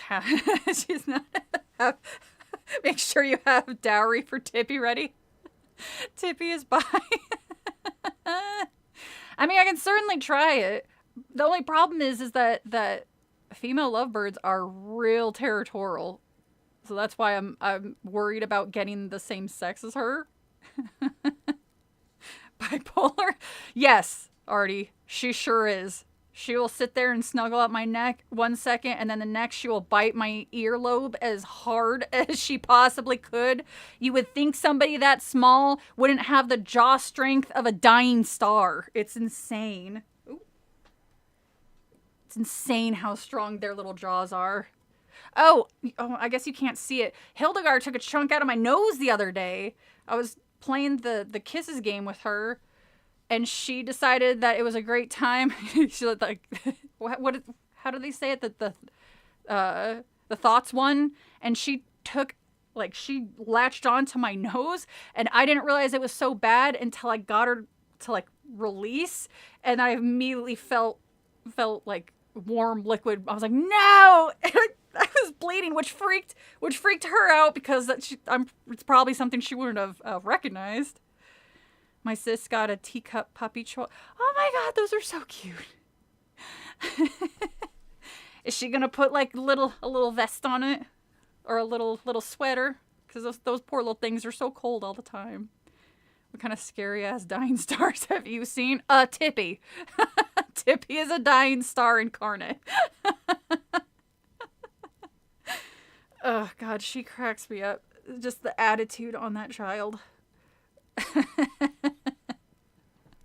Just throwing fits because I won't. She threw a fit the other day because I wouldn't let her drink my apple cider, and only because it came right out of the kettle, so it was boiling. I was like, oh, I'm sorry. I don't want to burn you. My bad.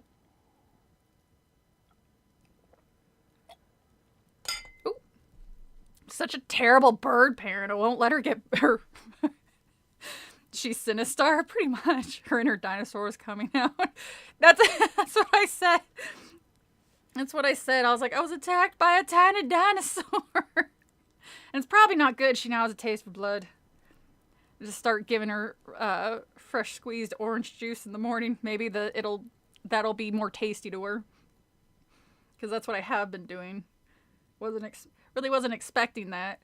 I know birds like fruits and everything like that. I wasn't expecting her to like my orange juice. Oh God, now we're back to the book. And Jacqueline has decided 2 a.m. in a tiny town that probably does not have streetlights is the best place and time to go for a walk. Look, where I live, there is a considerable amount of, like you guys know, there's a considerable amount of woods not too far away. And every once in a while, we get coyotes that'll come down. Or not coyotes. Wait, are they? Yeah. Or foxes. Or we just get wildlife that comes down here. And this area is pretty heavily populated, so I can only imagine the type of animals that wander around in a tiny village like this. Probably the stupidest idea. Hey, girl from Chicago in the 90s, would you go wandering around at 2 a.m. alone there? Because I don't think you'd do that either. Start feeding Tippy blood, and then cats and dogs and hookers and hobos. That would be kind of funny. Should be the size of a Macy's balloon. Tippy really the type of bird to stab you and be surprised when you start bleeding. It's like, oh, so that happened. I pulled on a pair of jeans and a sweatshirt because that was good enough for the snow in the middle of the night.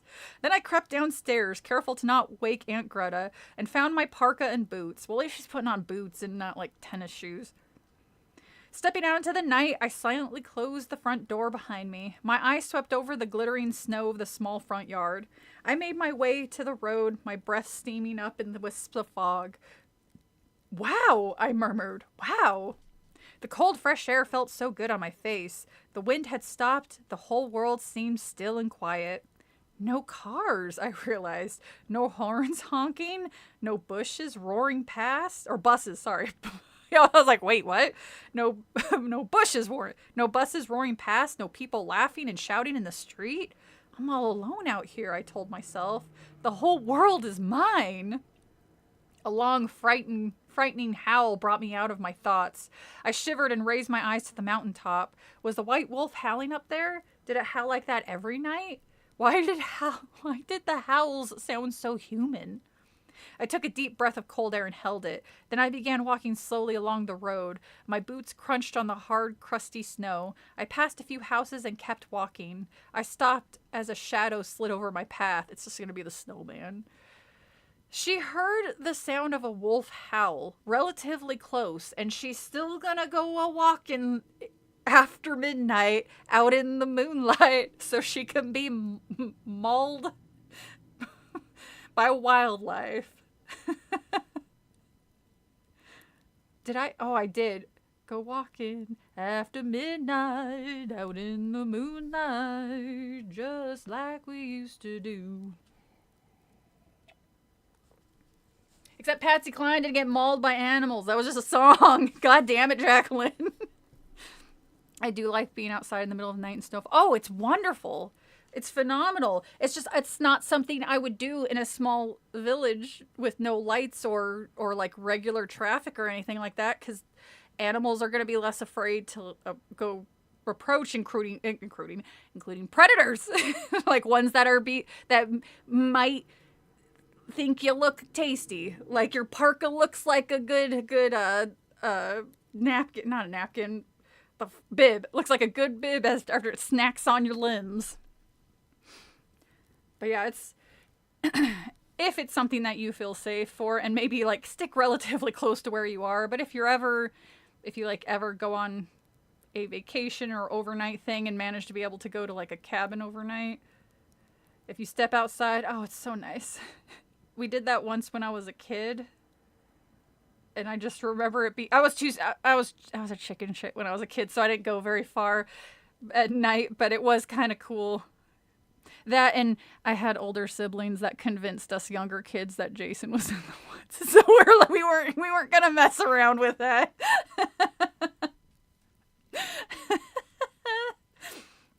All right, chapter 11. I gasped. At first I thought someone was following me, but then I realized I was staring at the long shadow of the snowman. See, I called it. Man, I should write Goosebumps books. The shadow tilted over the road. The tree branch arms, one raised, one to the side, appeared long and menacing. I stepped over the shadow and crossed the street, but another shadow fell over me. Another snowman. An identical snowman. The shadows of the strange snowmen fell over each other. I can't believe I'm talking about snowmen in a scary way. What type of bird is she's a love bird, but I call her a hate bird. Yeah, that's right. She's a murder bird. The hate Tippy the murder bird. I stayed in a mountain cabin once. Night outside is creepy at night, especially if you turn on. Oh yeah, it's insane how dark it is if there's clouds covering the moon, but it's really cool if there's like a full moon, so you can see surprisingly far in just moonlight, which is something you wouldn't think you'd be able to. But I mean, before electricity and all they had was fire, that's pretty much how a lot of people had to travel. They had to travel in the moonlight. But yeah, when there's nothing, it is pitch black. It's terrifying. Like, no, thank you. I know people that go hunting and well, I don't know people. I'm saying I know people go hunting in the woods. I can't imagine how creepy that is. But they probably have like those night vision goggles. Not me, because again, I don't want to run into a goddamn cryptid. I know they're not real, but they still scare the shit out of me. Skinwalkers, man, there's something about somebody who looks and talks and acts like somebody you know, but it's not them. It's just I don't know what it is, but it's freaking terrifying. It's why Pet Sematary is one of the scariest movies to me. I'm not a fan. Well, I am a fan, but not a fan of that prospect. Or hearing someone call your name that probably shouldn't be alive or anywhere near you is also very terrifying. Moonlight is goth as shit. Hell yeah. I've actually been waiting for the to get like a less cloudy day so I can see how it looks or how everything looks at night, because I swear to God that our weather's bipolar. It started snowing and it was freezing, and then we got like this weird warm couple of days, like to the point that I didn't have to wear a jacket for during the day. It was really bizarre. It was still chilly, but it was nowhere near as cold. And then overnight, it's back to being super cold. I was like, all right, what the fuck was this warm front that came out of nowhere for 2 days? It melted all the snow, and now like there's just sloshy shit. My shoes are always wet now. I didn't have that problem when I was allowed to work from home. I'm sorry. You guys distracted me. Good job. Another snowman, an identical snowman.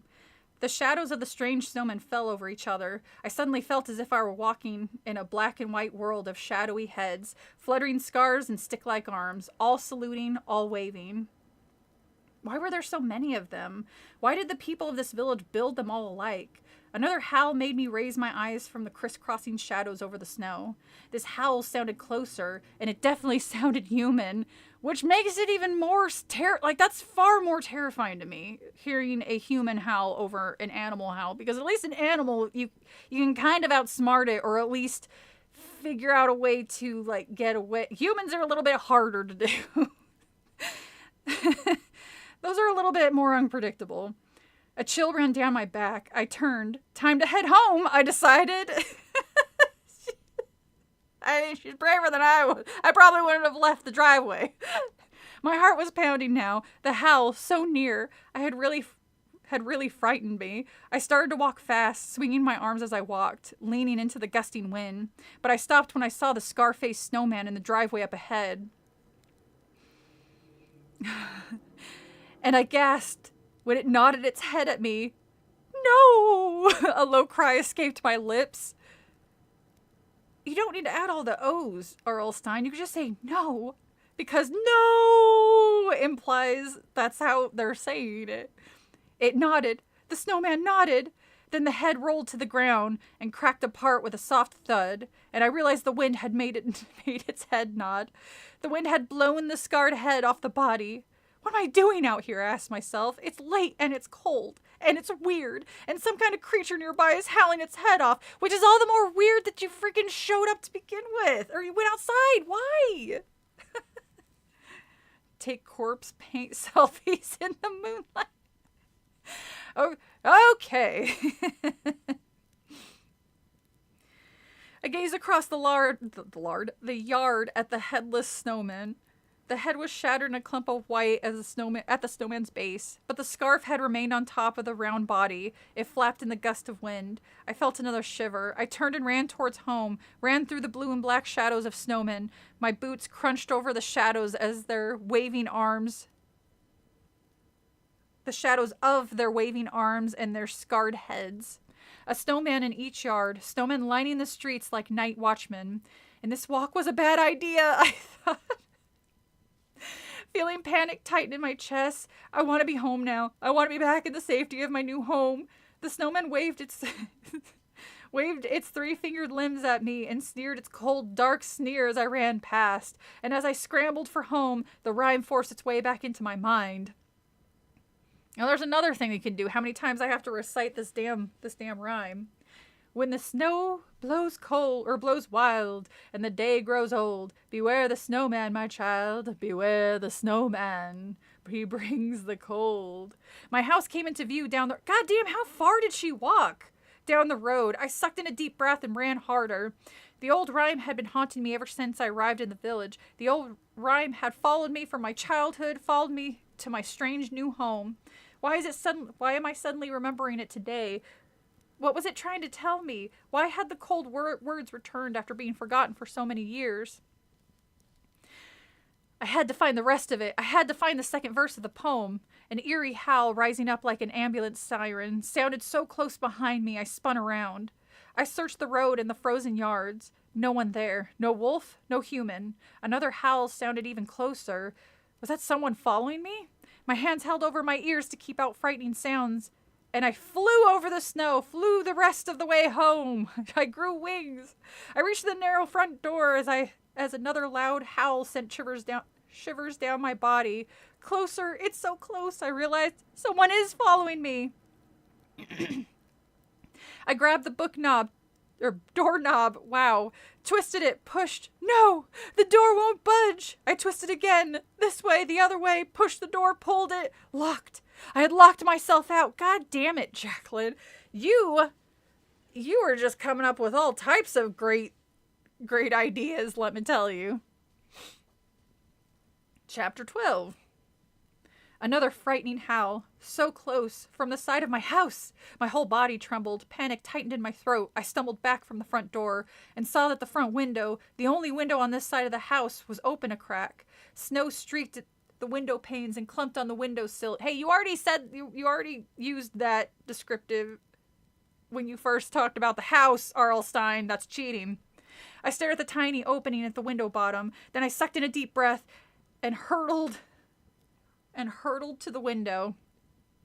I grabbed the snowy wooden frame. Uttering a loud groan, I pushed up with all my strength, and to my surprise, the window slid up easily. I pushed it all the way up, then I grabbed the sill with both hands, and I hoisted myself up, as another howl rang through the night air. So close, so frightening. I tumbled headfirst into the house, landing hard on my hands and knees on the wooden floor. With a gasp, I scrambled to my feet, grabbed the window, and pulled it shut. Then I stood, leaning against the wall, listening, waiting to catch my breath. Had I awakened Aunt Greta? Probably. You had a spaz attack and fell super hard into the damn floor and then slammed the window shut. Unless she's on like Ambien or something, she's probably awake now. No, the house stood dark and silent, or she just doesn't care. It doesn't seem like she really cares all that much about your well-being. The only sound I could hear was my rapid, shallow breathing. Another howl, distant this time. Had I only imagined that I was being followed? Were the terrifying howls rolling down from the mountaintop, carried by the wind? Still breathing hard, I stepped away from the front wall. Making my way slowly through the darkness, I headed to the little back room where we had piled all the boxes. My books were still stuffed in one of the boxes. My books, okay. I did read that right. I thought that my books were still stuffed in one of the boxes. I was sure I had packed the old poetry book Mom used to read to me. White moonlight flooded in from the window against the back wall. I found the book carton on top of the stack and pulled it. I found the book carton on top of a stack and pulled it down to the floor. My hands trembled as I struggled to pull off the heavy packing tape and open the box. I have to find that poem, I told myself. I have to read the second verse of that rhyme. I tugged open the box and began to pull out books. I had packed a bunch of paperbacks on the top. Underneath them, I found some textbooks. And anthologies I had used at school. What? Why did you keep those? Wait, I'm pretty sure you're supposed to return those. I don't think you're supposed to take them. I had used at school. As I pulled them out and stacked them carefully on the floor, I heard a cough, then a footstep. Someone else is in here, I realized. Jacqueline, honey. Aunt Greta, is that you? I cried. But the voice that replied wasn't Aunt Greta's. Oh no. What are you doing? A strange voice demanded in a raspy whisper. Did she fucking go? Did she accidentally break into another fucking house? Oh my god, this child is so funny. What is a book? Hey, shut up. Doorknob.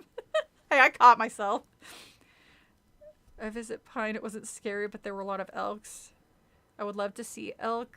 I've seen a black bear and a bison down here. Oh, elks are so pretty. That's something. Yeah, that's deer. They're just forest animals in general are just a beautiful sight to see. There's bears in Pine. Ooh.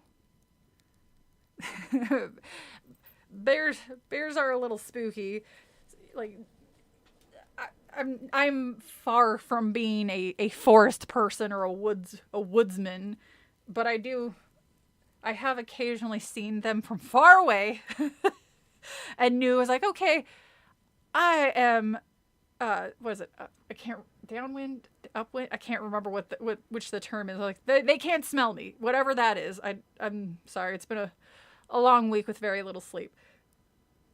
To know, all right, I'm done hiking and hanging around for the day. I'm gonna go back home. And then you have to let the rangers know, hey, I saw a bear over in this area, just to let you know. Maybe kind of like move it along since the path is used frequently by families. Wasn't hurting anybody. Don't hurt it. Just kind of like do the go on now. You get on out of here.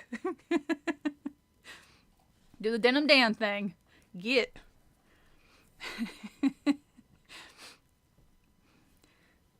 God, I remember we also have wild horses here, and I remember seeing a pack just randomly. When was that? Was that last year? I think that was last spring. There were so many, and it was the first time in a long time that I actually saw a baby horse. I mean, baby horses are still pretty big, but it was so cute. Like, it was like fresh out of the womb baby, and I was so excited to see it.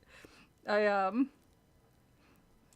I need to start going back on my hikes, because I always saw like the coolest shit. But I'm also a terrible photographer, because all I have is my stupid phone, and every time I would take a picture, never came out the way I'd hoped it'd be. Maybe someday I'll get an actual real camera and eventually learn how to use it. But not anytime soon. The ceiling light flashed on. I blinked and swallowed hard and stared up at Aunt Greta. You frightened me, Jacqueline. You frightened me, Jacqueline, she croaked. I jumped to my feet. You frightened me too, I replied, waiting for my heart to stop pounding. What happened to your voice? Aunt Greta rubbed her pale throat. I've lost it. I don't know why. I'm about to lose it. Horrible sore throat. Must be the cold. I'm not used to the cold in this village yet. Give a smoker's cough. Her straight white hair hung loose behind her. She tugged off the collar of her flannel nightshirt, brushing out tangles with one hand. What are you doing, Jacqueline? Why are you down here in the middle of the night? She crowed. That old poem, I replied. Why do you sound like Aunt Patty? or Mike Wazowski. Whatever that chick's name was, I don't remember. I replied, I want to find it. I can't remember the second verse. We'll unpack the books tomorrow, Wazowski. She cut in. She yawned. I'm so tired and my throat hurts so bad. Let's try to get some sleep. Her aunt is the snowman. Or she's the wolf. She suddenly appeared so tiny and frail. I'm sorry, I said, following her from the room. I didn't mean to wake you up. I couldn't sleep, so her eyes fell on my parka, which I had tossed onto the living room chair. You went out, Wazowski, she cried, spinning to face me. I should probably stop. Yes, there it is. Roz, what are you doing here? I can't believe I can actually kind of sort of do that type of raspy voice. I've never actually tried before. She cried, spinning to face me. I could see the alarm on her face. Well, yes, I confessed. I thought maybe a short walk. You shouldn't go out in the middle of the night, she scolded, rubbing her sore throat. Her eyes narrowed at me. Sorry, I muttered. What's the big deal anyway? What's so terrible about going out at night, except the very, very obvious Jen is dying? Surprise! Jen is dying. I swear you have said that in every stream. Grandma's having a grandma time. I'm doing pretty good, I think. Ugh. I'm going to end up having a froggy voice because I'm doing this goddamn voice. Knew you weren't going to be able to keep that voice up. I'm going to go as long as I can. You know, I have cider and I have water right next to me, so I could probably do good. She hesitated, chewing her lower lip. That lip is going to be chewed all the way through by the end of the book. The way she always does when she's thinking hard. It's just dangerous, that's all, she whispered finally. What if you fell from the snow? I'm going to start sounding like Cartman. What if you fell in the snow or something? What if you broke your leg? There's no one outside to help you, Wazowski. I'd roll home, I joked. I laughed, but she didn't join in. I had a strong feeling she had... Uh-oh. I had a voice crack. I had a strong feeling she had something else on her mind. She wasn't worried about me falling down. You could have just stopped at she wasn't worried about me. She was worried about something else, but she didn't want to say it. Did it have anything to do with the animal house? Did it have something to do with the snow on the mountain that Denim Dan had warned me about? The snowman that Aunt Greta said was just a village superstition? I yawned. I finally felt sleepy. Oh, this is really creepy behavior. Whatever, I'm bored. I'm going to bed. Too sleepy to think about any more of these questions. I put my arm around Aunt Greta's slender shoulder and walked her across the hall to her room. Sorry I woke you, I whispered. Then I said goodnight and climbed the ladder to my attic bedroom. I'll chain myself back up, Auntie. Yawning, I pulled off my jeans and sweatshirt and tossed them on the floor. Then I jumped into bed and pulled the quilt up to my chin. Pale moonlight washed in from the round windows at the other end of the room. I shut my eyes. No howls outside, no sounds at all. I snuggled my head on the soft pillow. My new bed still felt hard, but I was too tired to care. I just had to drift off to sleep, and then a whisper floated into the room. Beware the snowman, Jacqueline. Beware the snowman. Sure, Mom. Mom was going a bit senile. Well, then stop dying. He's repeating a joke. I'm gonna have surgery sometime in the new year. and I was just warning them because I might be MIT for up to a month, which is another reason why I'm trying to do a month ahead. So there's nothing, so I probably won't be able to, I might be able to stream, but I might also be like drugged up from the like pain meds and stuff. So he jokes every once in a while and says I'm dying. The girl's half snowman from a family of snowmen. You've been reading this and I noticed there's barley. Anyway, supernatural snowmen in this book. Yeah, there are barely any supernatural snowmen in this book. Hey. One magically decapitated itself. That's pretty spooky. That's pretty spooky and supernatural. And also, this is kind of how his books go. It's like nothing's happening. Spooky monster from the book, nothing's happening, and then something spooky happens, and then it ends. And then a twist ending, usually. That is really hilarious. But I don't think anything can top tiny scientist Flower Dad. Help me. That one I think is still my favorite ending. The one I still get pissed off at is the alien one. The one that turned out they were aliens. That one, that genuinely pissed me off. I was like, I read this whole fucking book. Drugs and alcohol. That will be some great stream era. Hey, maybe I'll try playing those games from the stream you love so much. Have like a whole new set for you to watch. Chapter 14. I sat up straight with a gasp. Huh? Who's there? I choked out. I stared across the room at the window. The unfamiliar shapes of my furniture appeared silvery, ghost-like. And wait, is this in the middle of the night? Or I guess it is still in the middle of the night. It says moonlight. All right. The unfamiliar shapes of my furniture appeared silvery, ghost-like in the white moonlight. Beware the snowman. The whispered words were repeated. Jacqueline, beware the snowman. Who are you? I cried. How do you know my name? Sitting up in the strange bed, I grabbed the end of the quilt, gripping it tightly in both hands, squeezing it, and I listened. Silence now.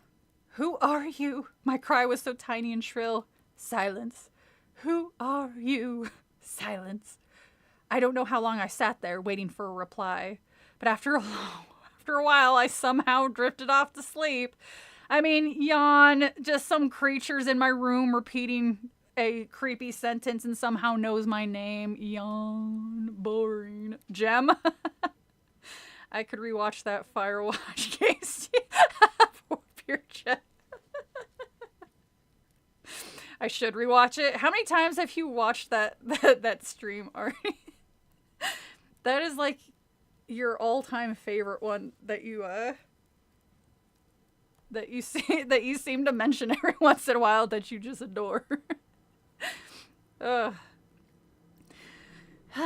next morning, I told Aunt Greta about the whispered warning.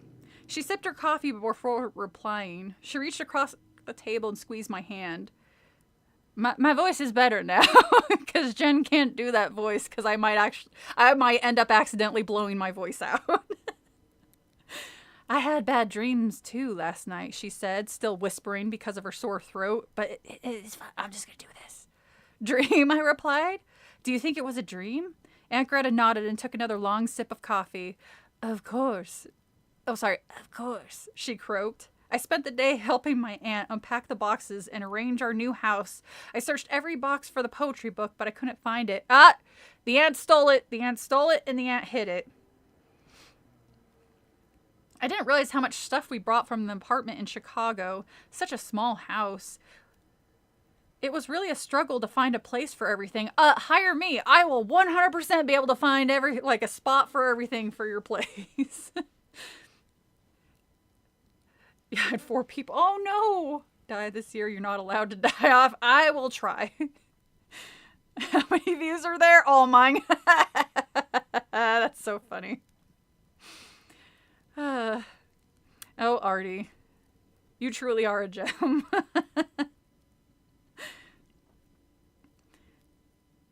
As we worked, I found myself thinking about Rolanda. She had promised to meet me in the little village church after dinner. I kind of forgot about that, honestly. She said she would tell me the truth about the snowman tonight. The truth. I pictured her brother Eli's frightened expression as he stood in the snowy driveway watching Rolanda and me. It's like, I wonder if the twist is going to be those particular snowmen are supposed to be, like, protecting the house or something. I'm not sure. I can't make heads or tails of this plot yet. And I remember how frightened they became when I told them I was walking to the mountaintop. So much fear here in this village. Was it all because of silly superstitions? After I washed and dried dinner dishes, I pulled on my parka and my boots and prepared to meet Rolanda. I told Aunt Greta the truth. I told her I was meeting a village girl my age I'd met during my walk. I mean, that's like a half-truth. It's snowing really hard, Aunt Greta said in her raspy whisper. Don't stay out too late, Jacqueline. Damn it, Greta, why'd you have to have a sore throat in this? I'm a thespian. I have to act. I'd promised I'd be home before 9, and then I pulled up my hood, tugged on my gloves, and stepped outside. Does it snow here every day? I asked myself, shaking my head. I always liked snow, but enough already. The snow came down hard, in sheets driven by the strong wind. I lowered my head and trudged down the road towards the church. Snowflakes blew on my face and stung my eyes. Stung your eyes? It's water. I mean, I guess cold water.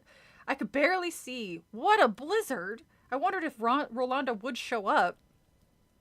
The little stone church stood across from the post office. I mean, she might have forgotten. I'm reading the story and I forgot. It wasn't far down the road from my house, but walking into the blowing snow, it seemed miles away. Keeping my head down, I stepped into the deep drift. Cold snow dropped onto my boot, soaking my sock. Ooh, that's the worst. I let out a shuddering groan. I'm going to freeze, I cried out loud. There was no one around to hear me. The road stood empty. No one to hear your whines. Nothing moved. I passed a brightly lit house but couldn't see anyone inside. The snow blew against my face, my coat, as if trying to push me back, as if trying to make me turn around. This is bad, I murmured. Really bad. No way Rolanda will meet me tonight. I mean, she's probably used to this weather if she was born and raised here, like they said they were. The snow blew against my... Oh, sorry. Squinting into the gray evening light, I saw the steeple of the church, white against the falling snow.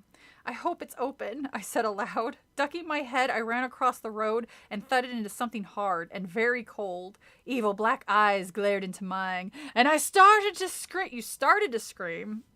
What? What?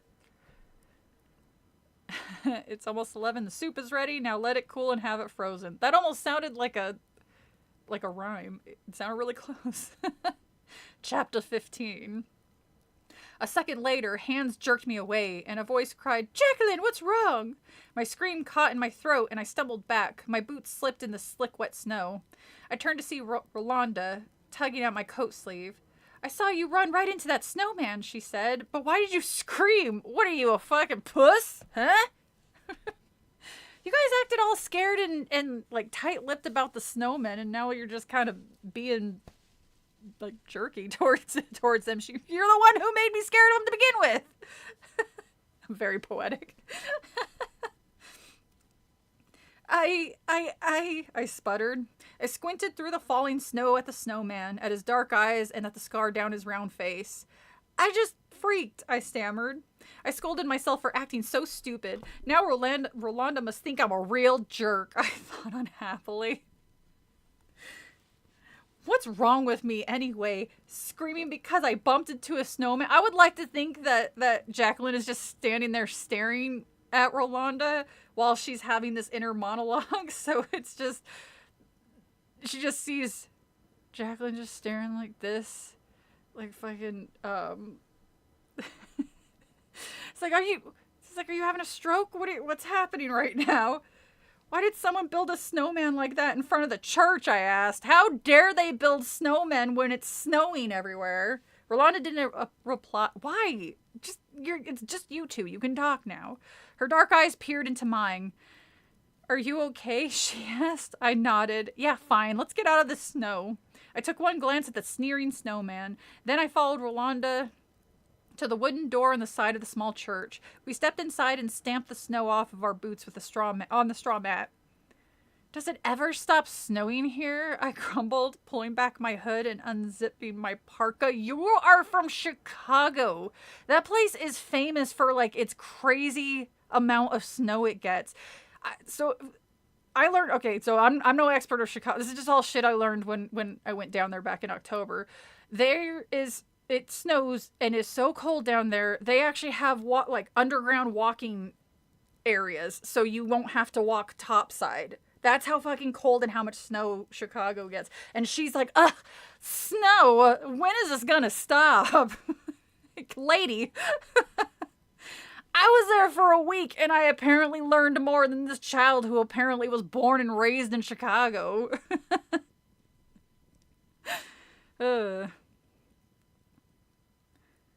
Sure, it stopped once for 10 minutes. We all took a summer vacation, Rolanda joked. She shook out her long black hair. I glanced around. We were in some kind of waiting room. A long wooden bench stood along the back wall. Two lights shaped like old-fashioned gas lamps hung on the wall besides the bench, giving off a soft glow. We dropped our coats beside the bench and sat down. I rubbed my hands, trying to warm them. My cheeks burned. It's nice and warm in here, Rolanda said, keeping her voice low. The pastor keeps the heat up really high. He doesn't like the cold. Who does? I murmured. You just said you like the snow, so you like the cold. Wake up this child! This child is exhausting.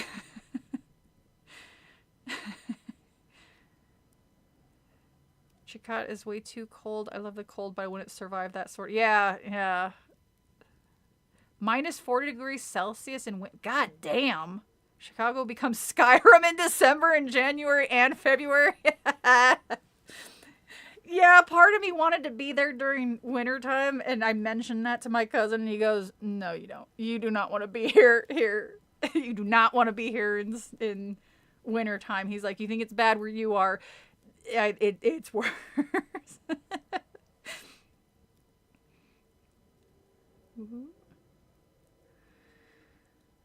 It's nice. It's a nice, quiet place to talk, Rolanda continued.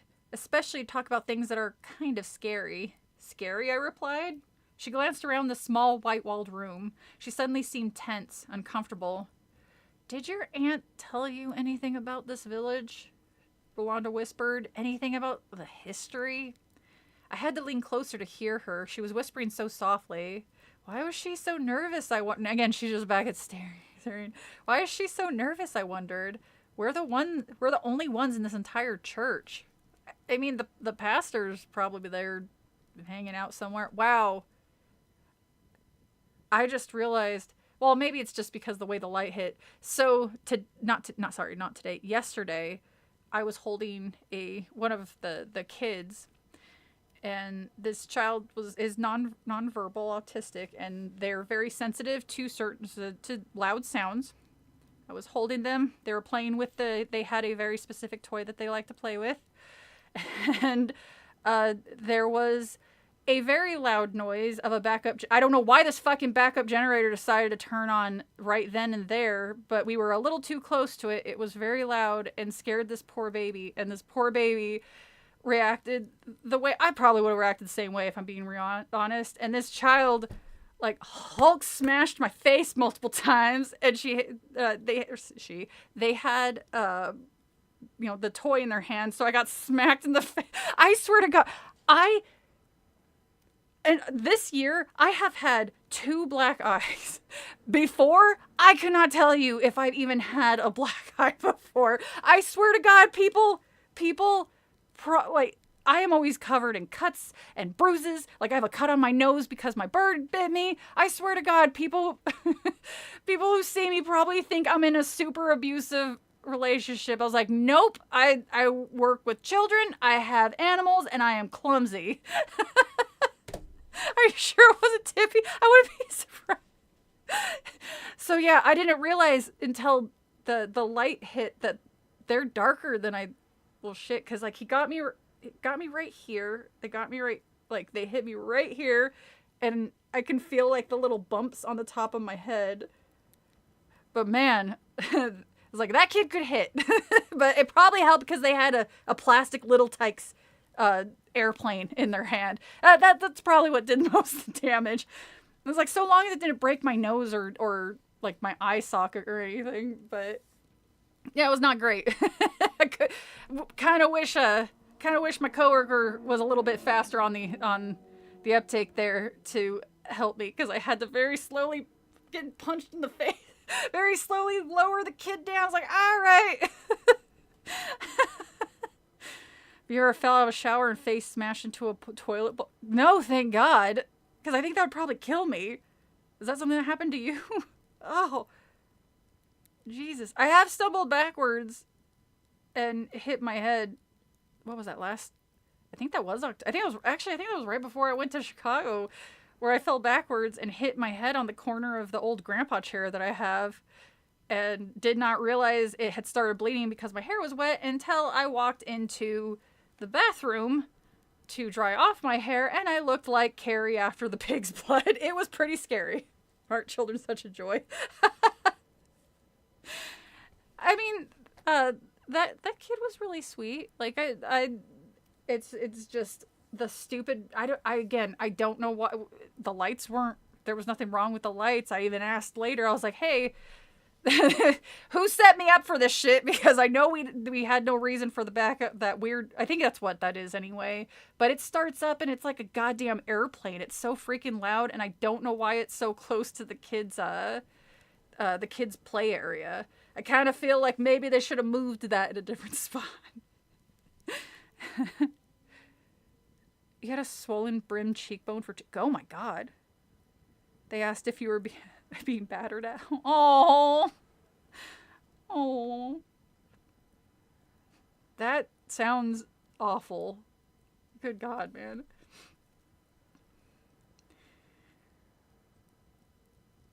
No, I replied. Not a thing. I don't think Aunt Greta knows much about this village at all. Then why did you move here? Rolanda demanded. I shrugged. Beats me. Aunt Greta never really explained. She said it was time for us to leave Chicago. Rolanda leaned forward tensely and brought her face close to mine. I'll tell you the story, she whispered. The history of this village is very strange, and people don't talk about it much. Why not? I interrupted. Shut up, Jacqueline, and let her tell her the story. Because it's so frightening, Rolanda replied. My brother Eli is frightened all the time. That's why I met you here in the church. He doesn't like me to talk about it, or talk about any of this. He doesn't like me to talk about the snowman. The snowman? I demanded. This child demands a little too much. Stop demanding things. What? That's not really... Demanding is more, hey... You hand this to me right now. You tell this to me right now. Saying a single word. Well, I guess that... I mean, I don't know. I don't think just saying snowman is really... I stared at her eagerly. What about the snow... See, there you go. What about the snowman? Gotta protect the moneymaker there. I know. I guess it's a good thing I already filmed the talking heads part of the videos, because I'm just like, hey guys, welcome back. Don't mind the face. Is that a Church of Satan? Actually, I don't know. Maybe the church is evil. Well, I guess... Does Church of Satan... They don't have like literal churches, do they? I don't think they do.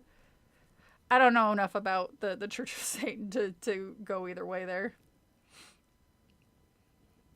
Alright, chapter 16. Rolanda shifted her weight. The wooden bench creaked beneath us. She took a deep breath and began her story. 2 years ago, 2 sorcerers lived in this village. No, the fuck they didn't! A man and a woman. Everyone knew they were sorcerers, but everyone left them alone. Were they evil sorcerers? I interrupted, believing her immediately. Rolanda shook her head. No, I don't think they were evil. At least, I don't think they meant to be. She glanced around the room again. I settled back against the bench and waited impatiently for her to continue. One day, the 2 sorcerers were fooling around. Having fun. Ooh! Sexy time for the sexy sorcerer time. They cast a spell on a snowman, and the snowman came to life. I gasped, really? I have no questions. I believe you completely for no reason. Rolanda narrowed her eyes at me. Please don't interrupt. Jesus, I've said like 3 sentences and you've interrupted all 3 of them so far. Let me tell you the whole story first. I apologize. Leaning close to me, she continued her story while in a whisper. The sorcerers used their magic to bring the snowman to life, but then they lost control of it. The snowman was powerful, and it was evil. The sorcerers had given it life, but they really didn't know what they were doing. They didn't know that the snowman would try to destroy the village and everyone in it. Well, that's what they get for trying to cast a spell for a menage a trois and using a snowman. They probably should have just, I don't know, asked Bruce. He probably would have gone for it. Bullshit on the sorcerer. Oh, it had at least one. Oh, I gotcha. Okay. I learned something new every day. What level were they? What level were they? What in the D&D is this bullshit? Was that siren on the stream or here? It was possibly here, but I just didn't hear it unless it was on your end, my good sir. ADHD and autism. Oh, okay. We're all welcoming here, so this is a safe place for you. Yeah, the Church of Satan is pretty much a bunch of chill people hanging out. I guess Satan's in there. Did you guys ever see that one commercial? I had never seen it in the wild. Somebody mentioned it and I had to look it up on YouTube. I think it's like a dating site commercial where Satan meets 2020 and they go on a bunch of dates. It's adorable. I liked that. That one. It's so cute. We're all mad here. Delightfully mad. Darby's got it right. We're all welcoming and we're all chill here. So you are in a safe place. All right, chapter 16. We are 47% through we're 47% through the book, and we are just now learning about the backstory of the village. So getting closer to something happening, Unique. You just gotta hang in there. It was an OK Cupid ad. Oh, cute. Yeah, it was a very cute. For real. I guess one of my favorite quotes is, "Being normal is vastly overrated." Oh, Debbie Reynolds, you were so missed. All right, chapter 16. Oh, wait, I already started here. Leaning close. She continued her story. Let's see. The sorcerers tried to use magic to put the snowman back to sleep, but their magic wasn't powerful enough. The villagers all gathered together. Somehow they managed to force the snowman up to the top of the mountain. There's a big cave on the very top of the mountain. The cave is cut in ice. Everyone calls it the ice cave. You guys are so creative in this village. Like, goddamn, I never would have thought of that.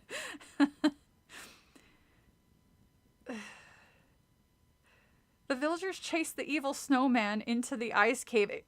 How evil was it? Like, damn, he was able to be chased by oh, maybe they had torches. That's probably what it was.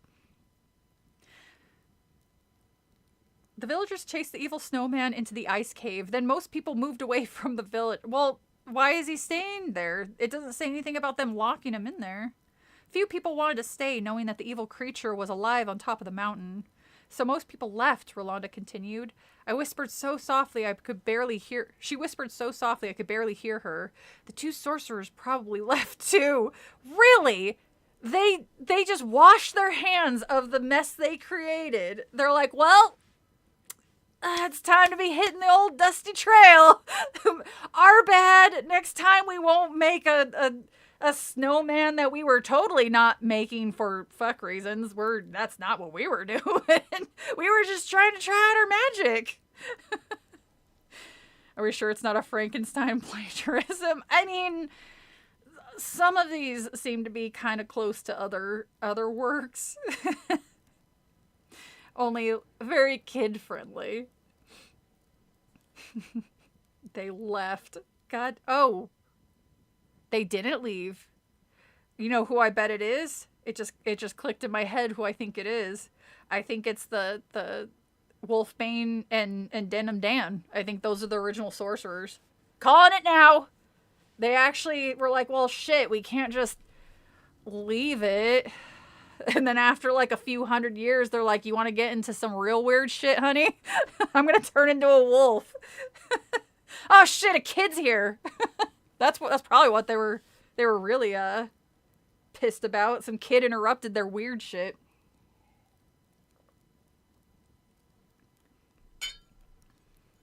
I like that picture. It reminds me obviously of Tim Burton, but it also reminds me of Courage the Cowardly Dog. Today I was very naughty. No one really knows what happened to them. And that's where Denim Dan comes into the story, Rolanda said. I stared at her. Denim Dan, that weird guy with the white beard? Rolanda nodded. After the evil snowman was chased into the cave, maybe it's not. Maybe, I guess Denim Dan isn't him. Or isn't one of the sorcerers. Denim Dan moved up there. He built a cabin just beneath the ice cave. No one could figure out why. Is Denim Dan trying to protect the town? Rolanda continued. Does he work for the snowman? Does he help the snowman? Or does he think that living so close to the evil snowman will keep him safe? Find out next time. I guess no one knows. Denim Dan very seldomly comes down from the mountaintop, and when he does come to the village, he doesn't talk to anyone. No one knows for sure who he is or why he stays up there, Rolanda continued. No one has anything to do with Denim Dan. We don't know if he's crazy or evil. He's probably just a recluse that doesn't want to be bothered. That's why it's Batman.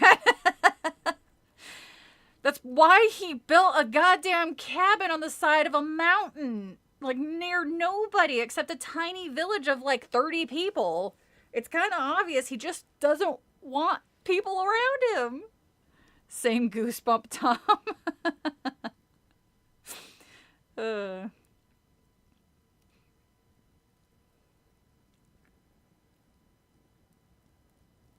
think he's evil. She sighed. Once again, her eyes darted around the room. She seemed so nervous, as if she didn't want anyone else to know she was telling me the history of the village. Some nights, she continued, we can hear the snowman up there in the mountain. I don't know why I went southern there for a second. Some nights we can hear him roaring and bellowing with rage. Some nights we can hear him howling like a wolf. We've all built snowmen that look like him. Everyone in the village builds them. Why? I jumped to my feet. So that's why I see those weird snowmen everywhere, I cried. Rolanda raised a finger to her lips. Shut the fuck up, we're not even supposed to be in here.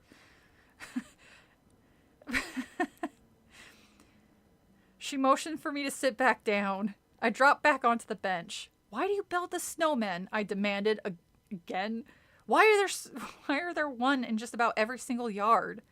To honor him, Rolanda replied. Honor him? I cried. You know what I mean, she said sharply. People hope that if the evil snowman comes down from the ice cave, he'll see the little snowman that we look like him. It will make him happy and keep him from doing any harm. Rolanda, that's adorable. Is he really evil, though? If he comes down from the village, coming to snack on the villagers, and then gets all like, oh, they built tiny little versions of me in their house. Goosebumps Tom. Same goosebump. Same goosebump time, same goosebump book. Oh, Derby. It's like me with the pictures. It's like, right, I'm gonna come down and, oh, someone drew a picture of me and horse. Well, I guess I won't slay the masses today because this is an adorable picture. Look, the F is a knife. That's fucking clever. Hey, look, other snowman. Hey, pay attention. God damn it. Well, I guess I'm just gonna go back up to my cave all by my lonesome with my pictures and admire them.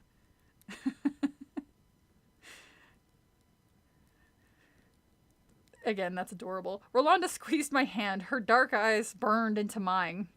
Everybody has such dark eyes in this town, including the snowmen. Now do you understand, she whispered. Now do you understand why we're all so afraid? I stared back at her and burst out laughing. I love what an asshole she is. She's a child, but she's also quite literally a dumb asshole. And I love her. I love Jacqueline. She's ridiculous. Like, Goosebumps protagonists are usually very aloof to begin with, but this chick is on a whole other level. I'm really enjoying this character. Oh, we're finally 51% in at chapter 17. I shouldn't have laughed, but I couldn't help it. I mean, Rolanda seems like a smart girl. She really couldn't believe that story, could she?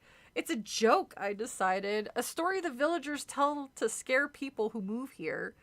I stopped laughing when I saw the startled expression on Rolanda's face. Hey, come on, I said. You're kidding, right? This is the stupidest story I've ever heard.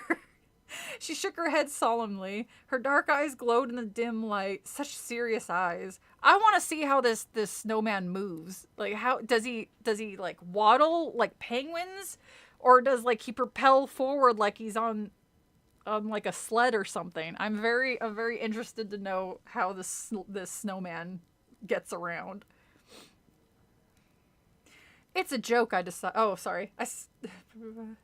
She shook her head solemnly. Her dark eyes glowed in the dim light. Such serious eyes for someone so young. You don't really believe that a snowman can walk, do you? First of all, it has no fucking legs. My voice echoed shrilly in the small room. You really don't believe that snowmen can be alive? I believe it, Rolanda replied in a low, trembling voice. It's not a joke, Jacqueline. I believe it, and everyone in the village believes it. I stared at her. The ceiling creaked, probably from the weight of the snow on the roof. I shifted my weight onto the hard wooden bench. But have you seen it? I asked. Have you ever seen the snowman walk? She blinked. Well, no, she confessed. But I've heard him late at night, Jacqueline. I've heard his howls and his angry cries.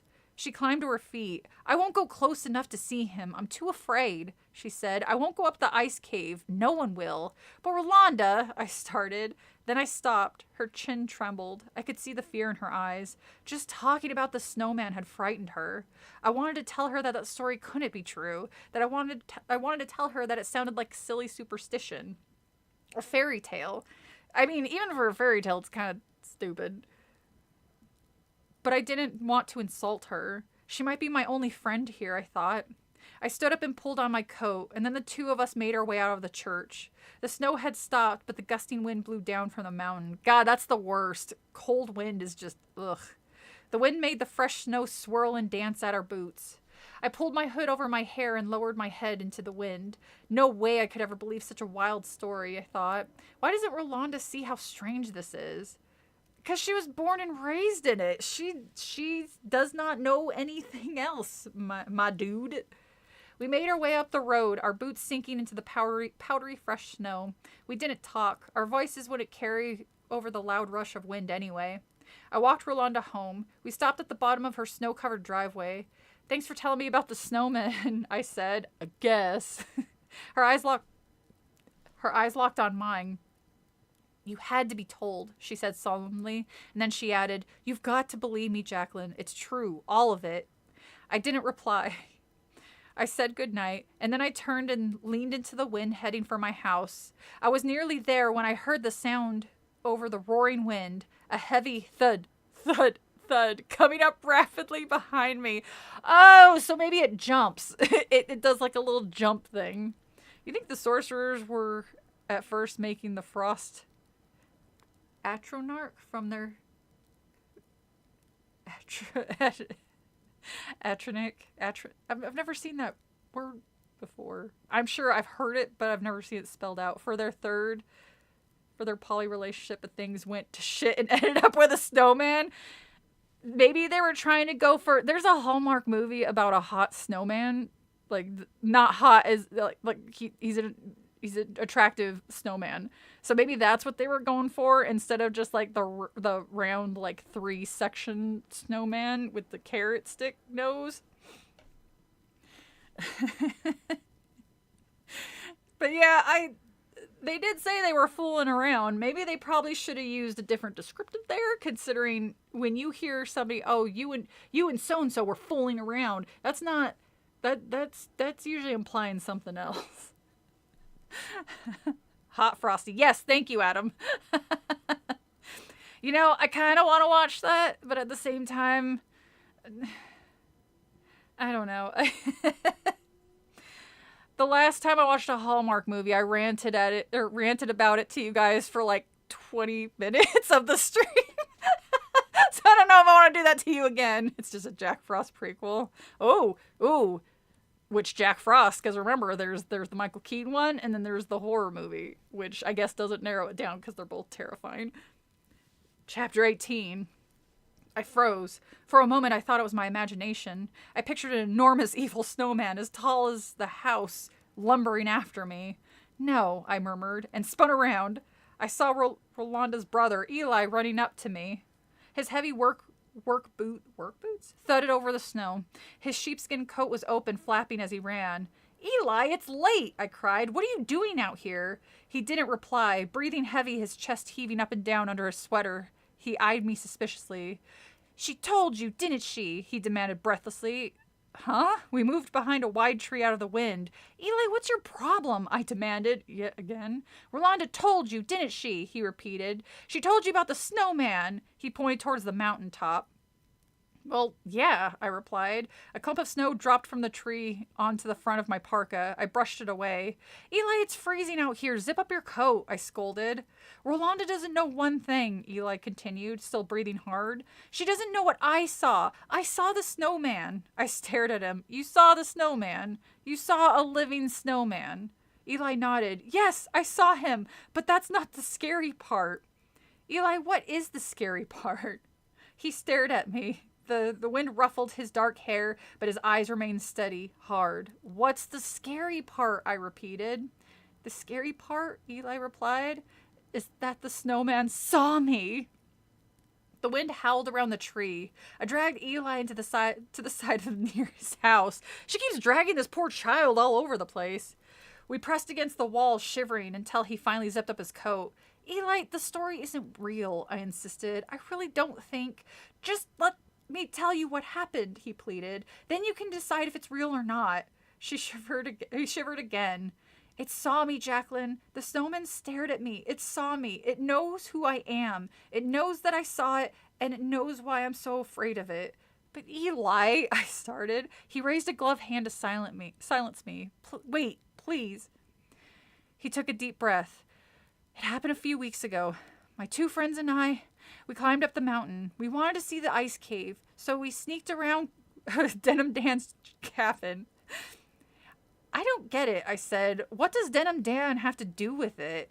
He won't let anyone near the ice cave, Eli replied. He keeps everyone away. Denim Dan is so weird. Some people think thinks he works for the snowman. He protects the snowman by keeping everyone from the village away. But you sneaked past Denim Dan? I asked. Eli nodded. Yeah, my friends and I. And we climbed up to the ice cave. I'd never seen the cave before. What does it look like? I asked. Eli made a sweeping motion with both hands, outlining the shape of the cave for me. It's a huge cave, cut into the side of the mountain, he said. It's made of ice, all smooth and shiny. It looked like glass. The cave's entrance is wide and totally black, and it had huge icicles hanging down all along the front, with points as sharp as knives. Wow, I murmured. It sounds kind of pretty. Yeah, in a way, Eli agreed, but we didn't think it was pretty when the snowman came out. I stared hard at Eli, studying his face. You really saw a snowman walking? I demanded. I swear, this child does nothing but demand things from people. I guess that's another word you guys can add to the chalkboard of the number of times. Because remember, he always has like a certain phrase or a word that he will repeat in his book over and over again, and I wonder if there's like a reason for that. I mean, you could chalk it up to lazy writing, but there might actually be like a reason as to why he keeps, like, in this book it's the character I demanded over and over again. I'm trying to remember what the phrase was in there was the Scarecrow book had something like that too, but I'm aren't you a old people? Do a collab with King Nushimi? Hold on. I was gonna say, if this person has more subs than me, that probably isn't something that would happen. Let me. Hallmark presents My Future Husband is a Giga Chad Snowman. The Jack Frost. Oh, I forgot about the shower scene.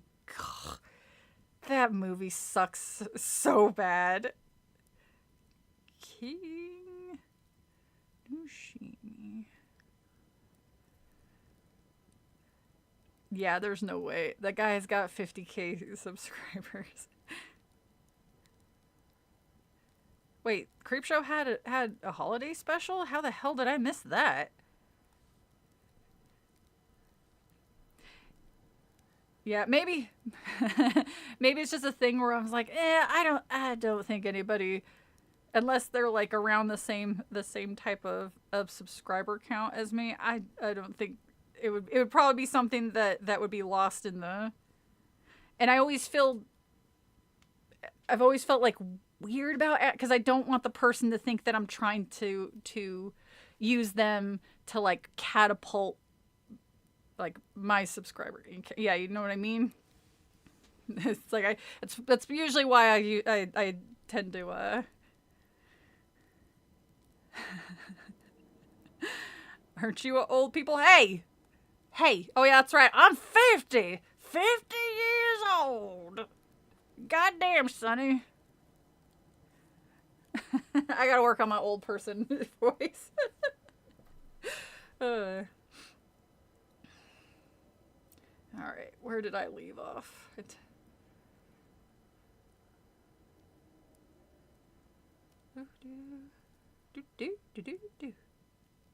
Oh, there we go. Eli nodded. We heard a rumbling sound. The ground started to shake. My friends and I got scared, and we thought it was an earthquake or an avalanche or something. My friends started to run down the mountain, but I stayed, and I saw it. The snowman poked his head out of the cave. Oh, well, there we go. That's probably... I don't know, they're driving by, so I don't know, maybe the kids managed to get off of the median, because I'm pretty sure if a cop saw that, they'd probably stop. We know how fame and power hungry you are. Oh yes, that is me, all right. I will absorb all of your power. It'd be like Highlander. Or the Blob will just absorb all these other YouTubers. It is the Popo. Boop boop.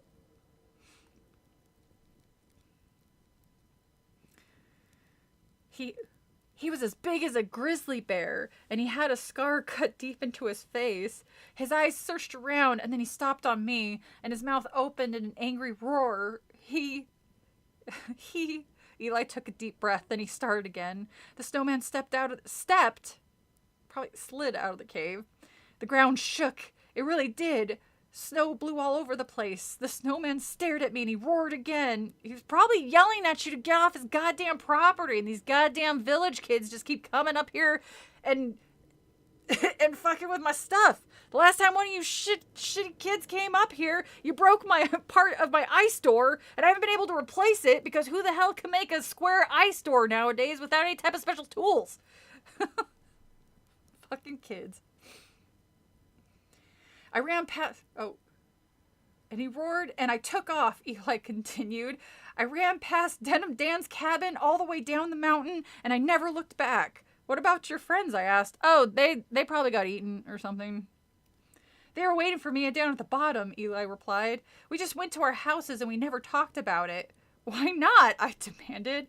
Too afraid, I guess, Eli said, glancing down. We never talked about it, we never mentioned it, and I never even told Rolanda. It was just too frightening to talk about. He raised his eyes to me. But now I have dreams, he confessed. Bad dreams about the snowman every night. I stared at him, unsure. You know, it just occurred to me, this could be a pretty decent story if it wasn't a fucking snowman. Like, again, if it was a Wendigo, that would be pretty freaking scary. Or again, a skinwalker, though I think in like the snowy would more likely be a Wendigo. And who doesn't freaking like Wendigos? They're cool as shit. They have like they're all white and like they're creepy. And they got the rah, and they have the thingies on their head. I'm blanking on what those fucking things are. Antlers? They're... Those things are cool. A snowman with a scar isn't really scary, and I don't think it'd be scary to anyone except like the lamest of children. The lamest of children. I guess that's a little mean to say. I thought she said Dan to Dan. Dan to Dan, Dan, Dan, Dan. Just looked up Hot Frosty, and goddamn someone in that small white town was horny on Maine while making that. I know, no shit. I too will fall in love with a sexy snowblade babe, especially if there's lots of snow in the back. Can you imagine?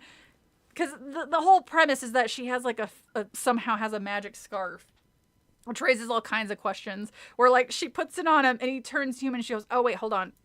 And then she like to take Snows and like packs it in very certain. Let me just hold on. Let me just round this out a little bit. All right, let's try this again. The Wendigo antlers are from modern internet. Ah, well that's a bummer because I like the antler thing. I mean they're still cool, so I can't not. Well, yeah, that's right. They're what is the game? Until Dawn. That's more of an inaccurate one, right? Because I don't think they had antlers in that game. I don't know if you played that one. Oh shit, I should play that on stream. Or the Quarry. I haven't played the Quarry yet, but man, I love Until Dawn. I suck ass at trying to save. I have yet to save everybody. I always fuck up at least one or two. It's usually because the controller. There's usually that issue. But oh yeah, Until Dawn's a great game. I should probably play that on stream once. I also want to get back to the Cult of Lamb game. That one was fun too. That one would probably be like more of a chill stream, just a chatty one. Well, I mean, like we're all the streams are chilled or chill, but that one especially. You should play all the Supermassive games. You want me to play? Oh fuck! I had it and Indigo Prophecy. I played that one. I liked that one up until the ending where they suddenly became like Matrix characters and flying through the air. I remember playing that as a kid. I was like, what is happening right now? I was like, I started this game in a goddamn diner and now I'm suddenly... When I played Until Dawn for the first time, I sneezed in the finale during Do Not Move and got everyone killed. Something like that kind of happened to me. The main girl and I think it was like three of the people died. I think it was, but it was, God, I can't even remember. I think I got startled by something else and Indigo's not a Superman. I thought it was.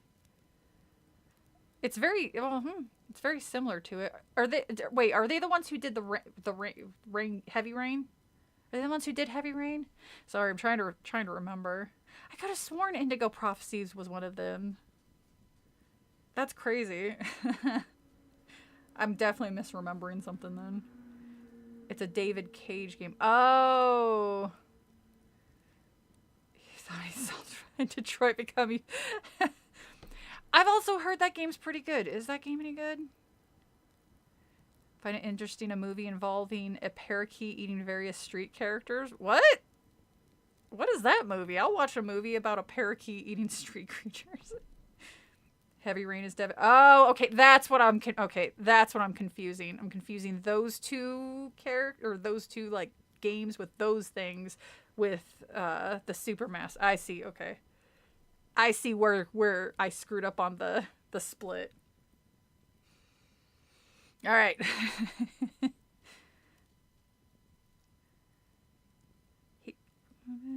I stared up at him, unsure of what to say. His whole body was trembling. From the cold, I wondered, or from being afraid?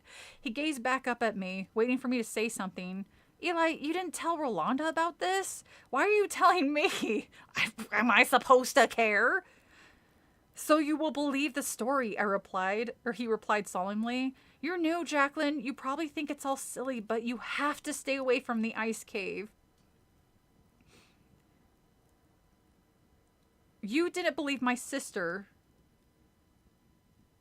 Oh, you didn't believe my sister, did you? He accused me.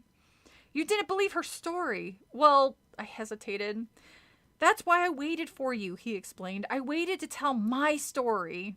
Do you believe me, Jacqueline? Do you believe that I saw the snowman? I don't know, I told him.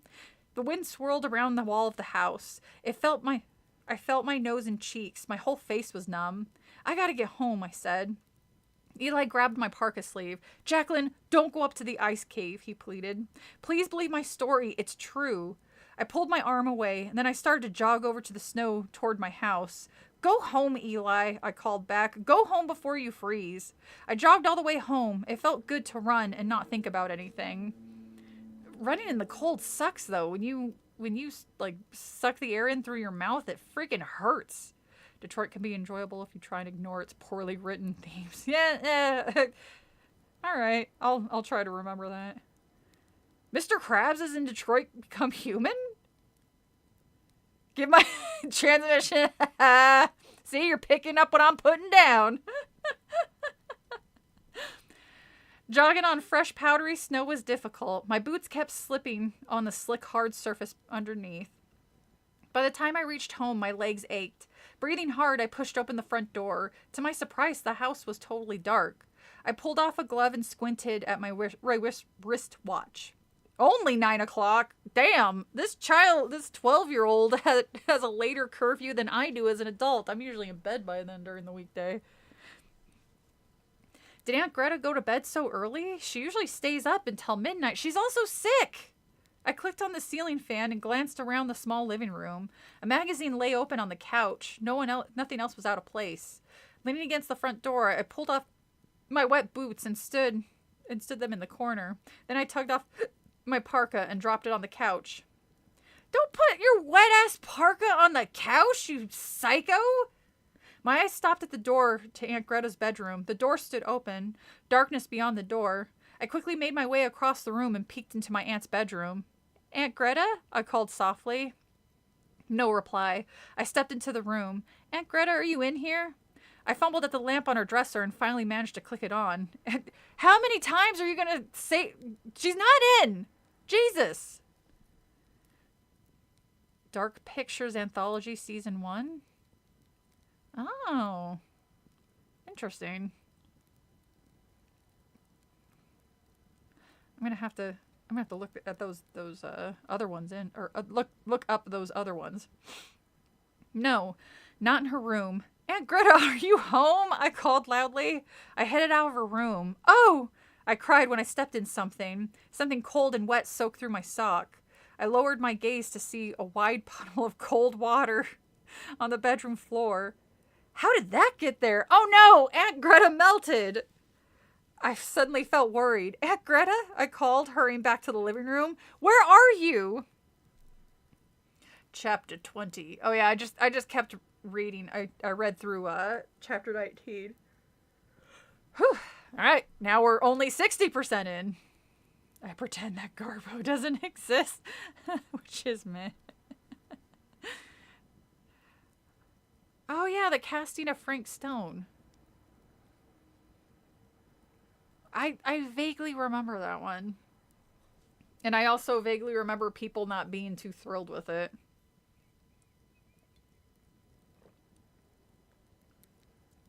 Oh! Snowman! Ooh, this is a scary snowman! I'm sorry, I don't mean to scare my audience. Chapter 20. Panic swept over me. Where could she be? I started for the kitchen. Then a rattling at the front door made me stop. Was someone breaking in? Using the keys to the front door? I gasped as the door slowly creaked open and Aunt Greta came bursting in, brushing off her long black coat. She smiled at me, but her smile instantly died when she saw my expression. Jacqueline, what's wrong? Aunt Greta, where were you? I got scared. She pulled off her pulled off her coat. Didn't you see my note? I was about to say, I was like, she didn't leave this child a note? Note? I left it for you on the refrigerator. She said, I met a nice couple this morning at the general store. They came by and invited me over for dessert and coffee. I didn't think you would want delicious, tasty dessert, Jacqueline. No, they were trying to talk you up. So funny.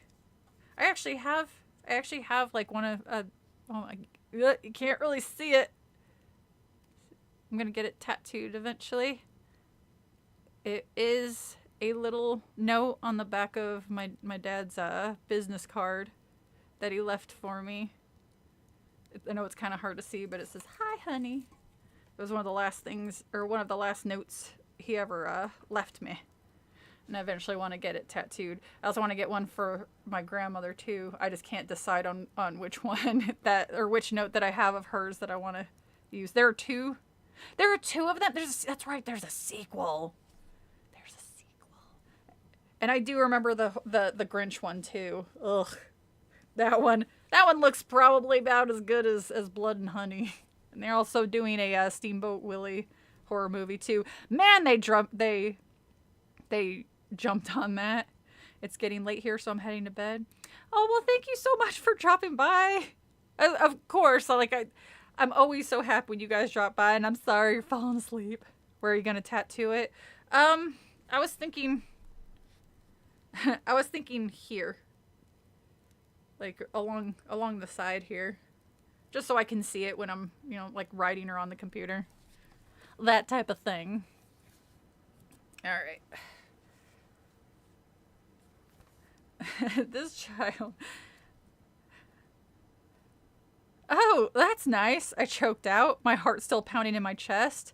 Why did you get scared? Aunt Greta demanded, hanging her coat in the front closet. What are you, like a little wuss? You're a 12-year-old girl in a new house all alone?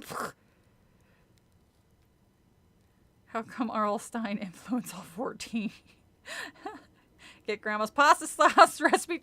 She never wrote anything down. That's the thing that always drove me nuts about the older generation. I was like, fucking write stuff down because you never know when's going to be your last day.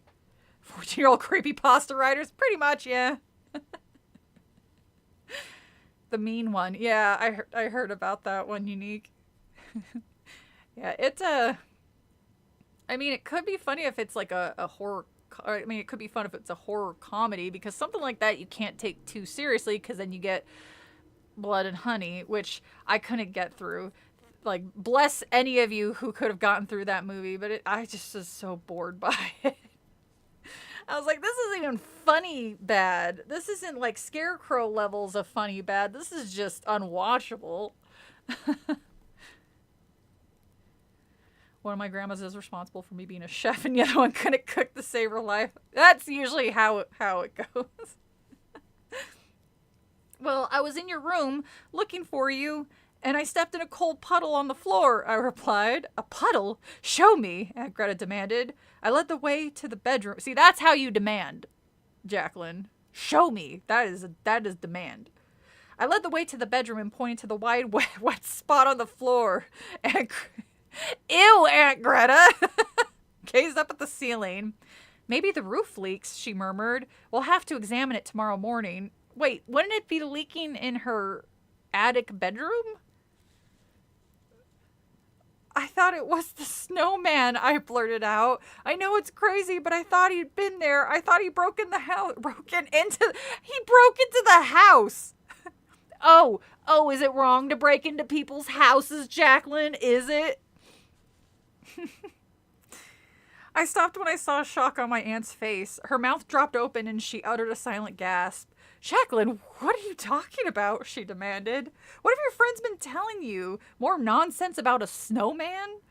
Yes, I confessed. Rolanda and Eli, the two village kids I met, they both told me a story about a living snowman who stays in an ice cave at the top of the mountain. They said it's all superstition, Aunt Greta interrupted. So I guess Aunt Greta's totally fine now. That was like the fastest sore throat she's ever gone through. It's all old tales that have been handed down. None of it's true, and you're smart enough to know that, Jacqueline. Yes, I agreed. I am very smart, Aunt Greta, thank you. But Rolanda and Eli seemed so frightened. They really believed the story, and Eli begged me not to go up to the ice cave. Probably good advice, Aunt Greta said. She crossed the room and placed a hand tenderly on my shoulder. You probably shouldn't go up to the mountaintop, dear, she said softly. Why not? I demanded. There must be some kind of real danger up there, she replied. Not a living snowman, obviously, but something else dangerous. She sighed. That's how all these old stories get started. Something bad happens on the mountaintop, then the story changes each time it's told. Years later, nobody remembers what really happened, and now everybody believes a silly story about a living snowman. Ain't that the way?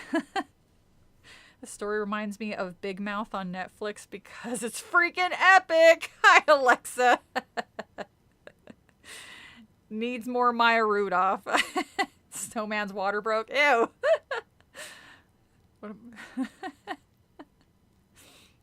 This is so goofy.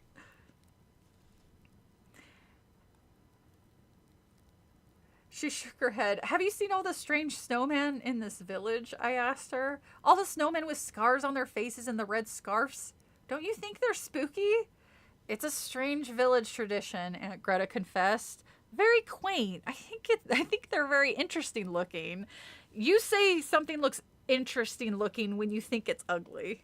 Oh, that's a very interesting picture that you took there. Interesting? I frowned at her. Well, make me a promise, she said, yawning. Promise? Promise me you won't go running up the mountain to explore the ice cave. It's probably a very dangerous place. Again, just tell her there's a bear up there. There you go. Problem solved. She won't go wandering. Well, I hesitated. Promise? Aunt Greta urged sternly. Okay, I promise, I agreed, rolling my eyes. But a few minutes later, I decided to break that promise. Wow! Minutes! She kept that promise. Minutes! I was lying in my attic bed, my eyes shut tight, listening to the strange howls from the mountaintop. Were they animal? Were they human? I hate mysteries. I have to know the answers to things. I'm going up there, decided. I don't care what I promised my aunt. I'm climbing up the ice cave tomorrow. Yeah, fuck my aunt. I'm not gonna listen to her, even though she's probably trying to do what's best for me. Shut up, you're not my mom. That's basically what she says. Or basically is what she's saying. Chapter 21. I didn't dream of snowmen that night. I dreamed about fluffy white kittens with blue eyes. Dozens of them. The whitest kittens I ever saw. They began climbing over one another, silently at first, and they all started to screech and hiss. Wait, what? A frightening, ugly sound. Suddenly, they all wore red scarves around their... Oh, now we have scary kittens around their necks. They clawed at each other, arching their pure white backs, hissing, screeching, until I woke up. The yellow morning sunlight poured through the round window of the other end of my bedroom. I could smell bacon frying downstairs. Aunt Greta was already up and about. I decided to climb the mountain right after breakfast. Wow, okay. I didn't want to think about it anymore. I wanted to go up there and solve that mystery. All right, Scooby-Doo, relax. Definitely more Maya Rudolph. Yeah, no shit. I knew that strange white bearded guy, Denim Dan, was a problem. If he saw me, he'd try to stop me. He and his wolf. That stupid wolf. But I had a plan to take care of Denim Dan. Oh, she's gonna kill him. All right. Only if Rolanda and Eli would help. Why would they help? They're... Just sneak by him. Eli and a bunch of his friends were able to do it. Clearly, unless, like, he's searching for you now. As it turned out, I didn't get out of the house until after lunch. Aunt Greta needed me to hang curtains with her, and then we put up the paintings and posters she had bought from Chicago. The house was tiny and cramped, but it was starting to feel more like home. Where are you going? Aunt Greta called as I pulled on my parka and gloves and started out the door. Nowhere, I lied. I'm just gonna go hang out with Rolanda and Eli. Not on the mountainside. As I said their names, I saw them walking up my front yard. I closed the front door behind me and hurried out to greet them. Eli carried a snow shovel. Rolanda dragged 2 slender tree branches. She dropped them at my feet. What is this for? I asked. What are you guys doing here? We have to build your snowman, Rolanda replied solemnly. Excuse me? I cried. You won't be safe until you have a snowman in your yard, Eli said. Guys, listen. The snow was very wet, Rolanda reported. Good packing snow. It shouldn't take long. Eli and I brought everything we need. But I don't have time to build a snowman. Nope, you don't start that music. Get the fuck out of here. Baby horse rails. We used to have these parks you could feed bears eating out of trash cans. Really? Oh, interesting.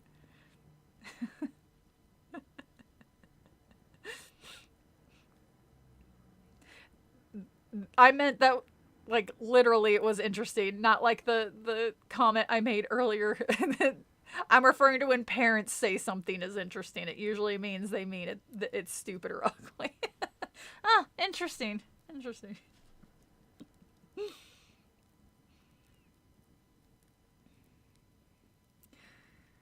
I want to climb up to the ice cave this afternoon. They both gasped. Eli tripped or gripped the snow shovel and gasped at me.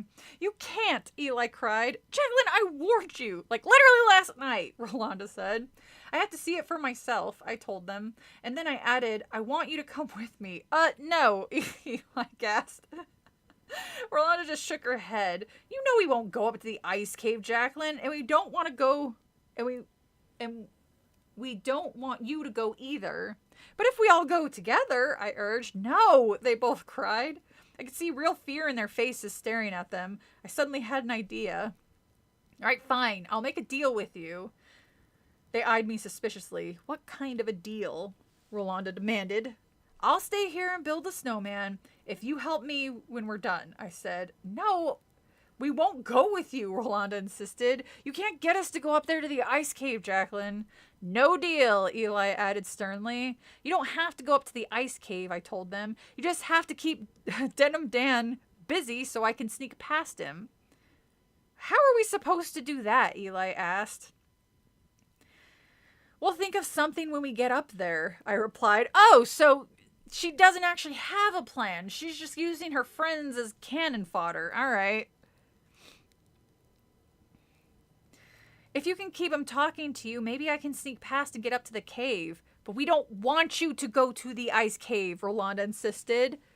I'm going to do it one way or the other, I told her, with or without you. So you're going to help me or not? Not. We already told you ain't going up there. They glanced tensely at each other. Eli whispered something to his sister. Rolanda whispered something back. Then Rolanda turned to me. Will you build the snowman first? She asked. You won't be safe without the snowman, Eli added. I wanted to tell them that building the snowman wouldn't protect me against anything. I wanted to tell them how silly the whole thing was, but I did need their help. And I knew I could never get past I almost said Conrad instead of Denim Dan and his wolf without them. All right, fine. We'll build the snowman first, I agreed. Then Eli and I will help you, Rolanda promised. But we won't go any farther than Denim Dan's cabin, Eli insisted with a trembling voice. Great, I replied. Let's get started. I bent down and started rolling a snowball for the snowman's body. Rolanda was right. It was good packing snow. I rolled the ball across a snowy yard until it was big enough for the two of us to roll. Rolanda and I worked on the body. Eli worked on the snowball for the head. Building one of the strange snowmen gave me a creepy feeling. I felt as if I had become part of this superstition. I was taking part in some kind of ancient village tradition, a tradition built on fear. The people of the village all built these snowmen because they were too afraid. And now here I was, building one too. Should I be afraid? I wondered. I felt glad that the snowman was finished. Rolanda pulled a red scarf from her coat pocket and we wrapped it under the scarred head. The snowman's dark eyes seemed to glare at me. The mouth was turned down in an angry sneer. The arms bobbed softly in the wind. Okay, good job, I told my two friends. Now let's get going. I motioned towards the mountaintop. Are you sure you want to do this? Eli asked in a tiny voice. Sure, I'm sure, I declared loudly. Just march blissfully towards my death. Vegetarian chunky mashed stew, vegetables served with garlic rub. That sounds really good. It's getting late. All right, bye, Thanatress. Thank you for stopping by. Also, you guys have a pleasant night. Oh, I'm sorry. He probably already left. But if you go back into the archives and then watch us later, I said good night to you. And Butter. Oh, Butter, of course, Butter. As we started making our way along the road, I didn't feel so sure as I pretended. The road curved up the mountain. Soon the houses ended and we were walking through snowy woods. We didn't talk. We kept our eyes straight ahead. The afternoon sun was slowly lowering itself behind the trees. Blue shadows stretched over the snow. The air grew colder as we climbed. When Conrad's low cab... Damn it! I screwed it up. Denim Dan. Damn it. Low cabin came into view, my heart began to pound. I tried to keep my mind calm and clear, but question after question whirred through my brain. Was Denim Dan inside the cabin? Where was the white wolf? And would my plan work? Chapter 22. We're almost there, guys. We're hi, Brandon. Oh, that's cute. I like the little emoji. That's adorable. Chapter 22. But yeah, we're 70%. We're almost 3/4 of the way there. Wait. Yes. Yeah, sorry. All three of us stopped at the end of the road and stared at the cabin up ahead. The late afternoon sun had fallen behind the trees. The snow billowed in front of us in shades of gray. To the left of the cabin, I saw a row of low evergreen shrubs covered in snow. I'll hide behind those shrubs, I told Rolanda and Eli. You run up to the cabin and keep Denim Dan and the wolf from seeing me. This isn't going to work, Eli muttered, his eyes on the cabin. It's getting kind of dark, Rolanda fretted. Maybe we should come back in the morning. Maybe we should just forget this whole idea, Eli suggested. I saw his chin quiver. He shuddered. Hey, you promised, I exclaimed. A promise is a promise. Excuse me, little girl. You promised your aunt that you would not go up to the mountain, and here you are. Promise is a promise, my ass.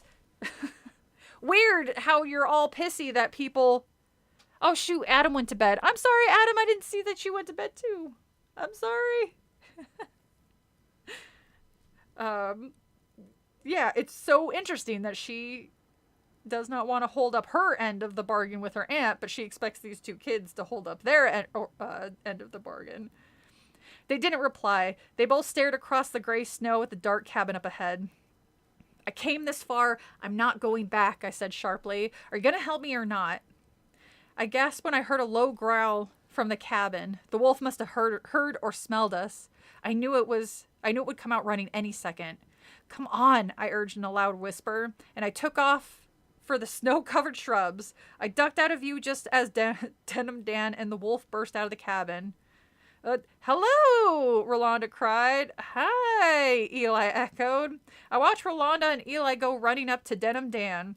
The wolf lowered its head, watching them carefully. I saw Rolanda and Eli both talking at once, chattering. I couldn't hear what they were saying. They're doing it, I told myself, my heart pounding. They're keeping his attention, yeah! Time for me to move. Time for me to make a run for it. I could hear Rolanda talking to Denim Dan. I glanced over the top of the brush. The wolf had its back to me. Denim Dan was scratching his gray hair, listening to Rolanda. I couldn't see his expression, but I imagined he was very confused and surprised. I knew he didn't get any visitors. He must be wondering what the kids were doing up here. I forced all of those thoughts out of my mind. It was time for me to make a run for it. I took a deep breath, then still crouching, I began to run. My legs felt like jello. My boots sank into the deep snow. Ducking my head, I darted up the steep mountainside. Up, up! I had just passed the bushes when I heard Denim Dan's angry shout, Hey, wait! Wait a second! Have I seen Terrifier 3? It's a Christmas movie, and there's a particular scene where it made several people... Really? No. See, I haven't seen the second one either. I've only watched the first one, and that was kind of a rough watch for me. That type of torture porn isn't necessarily like my... Like, I'll watch it, but it's not something I will seek out normally. But I do plan on watching 2 and 3 eventually. Whew. And nothing has happened still. Yeah, we're on chapter 23 now. And now she's finally climbing the mountain. Wait, hang on. How many chapters are there? 33. Wow. So we have 10 chapters to go. Holy shit. Something better happen in these 10 chapters that are like a sentence or two long. I stopped so suddenly I fell backward. I landed hard. The snow seemed to fly up in my face and sweep over me. Everything went white. I'm caught, I realized. My plan didn't work. I stood up and turned to face Denim Dan, and to my shock, he wasn't coming after me. He and the wolf were running downhill, chasing after Rolanda and Eli. I heard the wolf utter a high growl, and then they disappeared around the curve. I stood frozen in place, staring at the spot where they'd just been. Would he hurt Rolanda and Eli? Should I run after them and try to help? Nah, they're fine. This was the plan. It was my God. Why she's climbing the mountain? She's making love to the mountain. Taking another deep breath, I turned and started to run up the mountainside. The climb was steep for a while. So steep I wasn't sure I could make it, but then the ground leveled off. I found myself on a wide ledge. The ledge was slick. My boots slipped on the ice. I pressed my back against the mountain wall and gazed up at the ice cave. Yes! There it stood above me. The cave is as tall as a building. Smooth and glassy, it reflected the clouds in the sky above it. I couldn't see the entrance from here. I was staring at one of the sides. The ledge narrowed as it curled up to the cave. I kept my back pressed against the wall and slowly, step by step, inched my way toward the top. Don't look down, I murmured out loud. But as soon as I said it, I had to look. It was a deep drop from the ledge to the ground far, far below. If I slipped and fell, ... I'm not going to slip and fall, I told myself. A deep rumbling sound made me jump. I grabbed the mountainside with both hands to keep from falling. The ledge trembled beneath me. Another low rumble made me cry out in fear. The ledge trembled again. The whole mountain seemed to shake. The sound came from the cave. Is something moving up there, I wondered? Or is it the normal sound of the mountaintop in the wind? I gathered my courage and moved forward inch by inch. I had come this far. I refused to retreat now. The ledge grew narrower, slipperier. As it curved around, another rumbling noise made me gasp. Somehow I held on and followed the ledge around. It seemed to take forever, but then the cave opening came into view. And after that, I saw the most terrifying sight of my life! 74%. I didn't see it at first. Oh, it's chapter 24, by the way. I didn't see it at first. First, I saw the layer of solid ice that covered the ledge. The glassy cave rose up behind the ledge. The gaping entrance to the cave was blacker than the darkest night. I stood staring into the darkness, trying to catch my breath, trying to slow my pounding heart. Clouds reflected in the glassy ice drifted rapidly to the right. They made the cave appear to move. Sharply pointed icicles stabbed down from the roof of the cave opening. They reminded me of sharpened teeth about to close. I stared into the black cave opening and waited to see if anything would appear. I didn't have to wait long.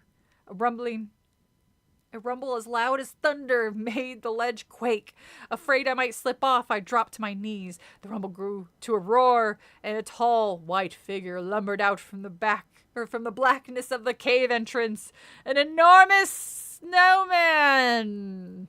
Well, that was anticlimactic, I demanded. I gasped and stared in horror as the mountain of snow moved towards me. No! I wailed. I forgot where I was, forgot I was perched on a narrow ice ledge, and started to back away from the tall creature, and I slipped off the ledge, and I felt myself fall. Chapter 25. So, the real villain was the mountain all along. So, is this gonna be where he's like a nice guy? Chapter 25. My hand shot up and dug into the ledge. I gripped the icy ledge, held on. With a terrified groan, I scrambled up back to safety, trembling, my entire body shaking, my breath escaping in short, frantic gasps. I huddled onto my knees onto the icy ledge and watched the snowman as it glared down at me, its blood-red scarf flapping in the wind. Its round black eyes were as big as doorknobs, its dark mouth turned down in a fierce, angry sneer. And the scar ran deeply into the side. They're trying so hard to make this thing sound scary. The side of his round head, long and curling like a black snake. Oh, I uttered another moan as its tree branch arms reached for me. I shivered in a deep, deep cold, a cold I've never felt before. I could see frozen waves floating up from the snowman's wide body, and then the big round head tilted, the black eyes bulged even wider, and the snowman bellowed in a deep roar of a voice, "Who are you?" I trembled in the waves of cold that floated off its body. It talks! The stories Rolanda and Eli told me were true. It's all true. Its round eyes locked on mine. The big snowman moved closer, closer. I wanted to stand up. I wanted to run, but it had me frozen there. I couldn't stand. I couldn't back up. I couldn't escape from it. Who are you? The snowman bellowed again. Ooh. And the whole mountain shook. My voice came out in a quivering squeak. Please, I managed to choke out. Please, I didn't mean to bother you. Who are you? The snow creature thundered for the third time. My name, I squeaked. My name is Jacqueline. Jacqueline DeForest. The snowman's tree branch arm shot up. Its dark mouth gaped open in surprise. Oh, that's the most hilarious thing I can imagine. Say it again, it ordered. I shivered in the waves of cold.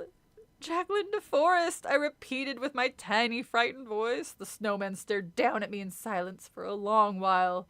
It lowered its arms to its round sides. Do you know who I am? It demanded. I swallowed hard. The question took me by surprise. I opened my mouth to answer, but no sound came out. Oh my fucking god. Okay. Do you know who I am? The snowman thundered. No, I squeaked. Who are you?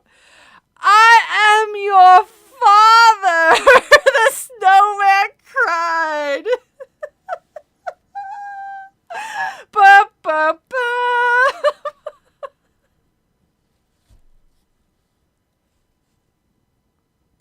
I never really wished for a hot summer day until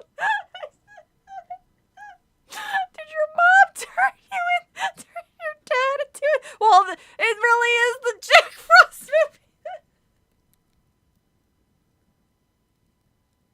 That's so stupid. I was gonna say Joe Mama. Oh my god. This is my favorite story so far. What a twist. Right up there with Shyamalan. Good job. That would be really funny if that's just how it ended. But alas, we have several chapters to go about Snow Daddy. Chapter 26. No! A long wail escaped my throat. I wanted to get away from there. I wanted to run, to slide down the mountain, to fly away, but I couldn't move. The snowman trapped me in his icy grip, held me there on the ledge, froze me in a wave of cold. Jacqueline, I am your father, the snowman repeated, lowering his booming voice. I get that reference, I squeaked out, scared.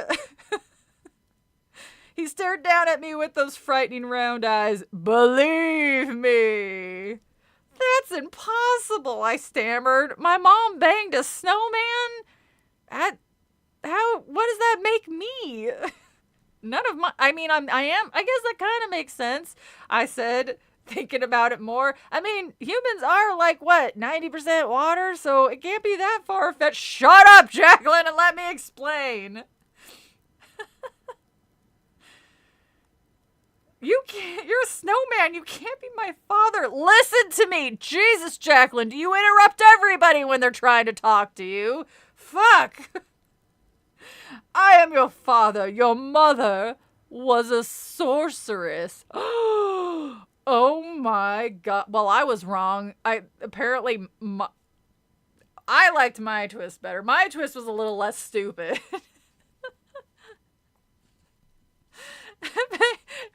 Banged a snowman. Mom's a Christmas frosty freak. I mean, woo. What did I miss? Brandon, oh man, Brandon, you picked the wrong time to go and wash your face. Your mother was a sorceress, and so is your aunt. Your aunt practices all sorts of magic. No, I protested. I don't know why, because that's actually kind of rad to find out that you come from sorceresses. It should have been witches, but they probably had to change it to sorceresses for whatever reason. His lies made me gather my courage. I climbed to my feet. That's not true, I cried angrily. I've never seen Aunt Greta do any magic. You're lying. The snowman bobbed from side to side. The ledge shook beneath me. I do not lie, Jacqueline, but I do the slide. Might have to rewatch when I get back. He is her father's brother's nephew's cousin's former roommate. Well, what does that make us? Absolutely nothing!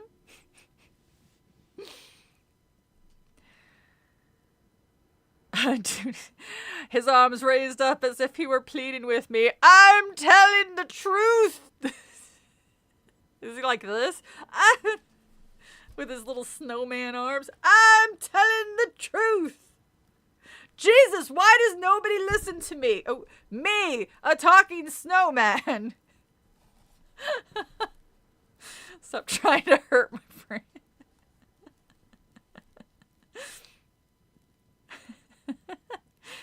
But, I sputtered, your mother did this to me, the snowman said. She was into some weird kinky shit, but you're a little too young to know about that.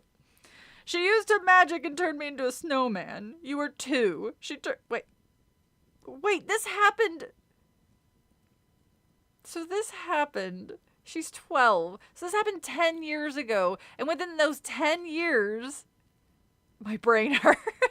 My brain hurts.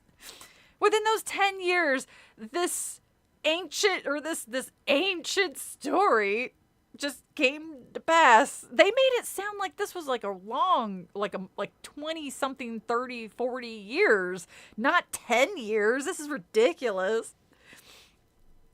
She tried to turn me back, but she failed. Well, why did she try to do that to begin with? Then she and your aunt Greta took you and ran away from the village because she was a bitch. Like, what the fuck? Why would you? Hey, husband. Hey, I'm gonna, I want to try something. Oh, shit, you know, it's a little too cold, not really my thing. Oh, I can't turn you back. Well, just gonna hit the dusty trail. Wait, the story was like the 2 sorcerers, whatever, were fooling around. Were the aunt and the sister being weird? This whole family is just... Mom took Dreaming of a White Christmas to another level.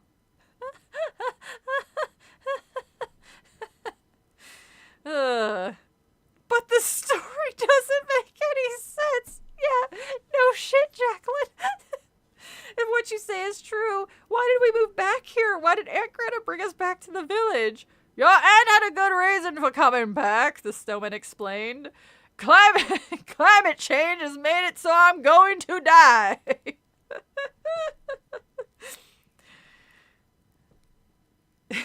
She knows after 10 years, magic spells start to fade. That's why she took my only child away from me and locked me up here. I guess it seemed like a good idea at the time. I don't understand, I stammered. My head felt frozen. It was hard. Oh, she really is his kid. I struggled to make sense of what he was telling me. After 10 years, the spell fades, Snowman repeated. Your aunt came back to renew the spell. She wants me to stay a snowman. She wants to keep me a prisoner here forever. She wants to make sure I don't tell the world what happened to... Who the fuck is going to believe that, though? Come on.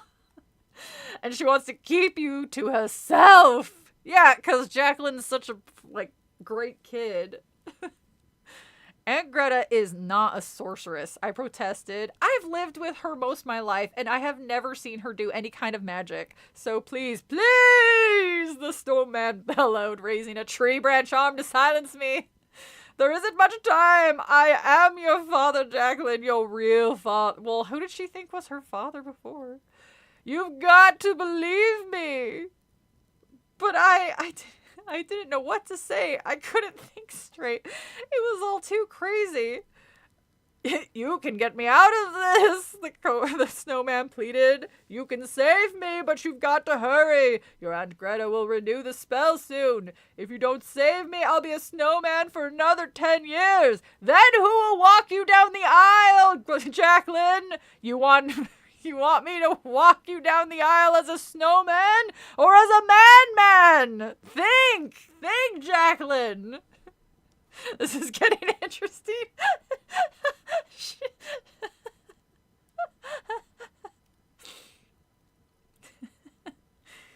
What can I do? I cried. I'm not a sorceress. I can't do magic. You can save me, the giant snow creature insisted. But I cannot tell you why. He uttered. How convenient. If I tell you how to break the spell, it will just strengthen the spell. But it would still break the spell. Dad? Snow Dad? Like, okay, it will strengthen it, but it also... yeah, okay. So then I would just repeat it until it broke and you went back being a normal flesh dude. I wonder if this guy had to eat. And if he has to eat, then he has to have the waste. So it makes me wonder, oh shit, that's where yellow snow comes from. Now I get it.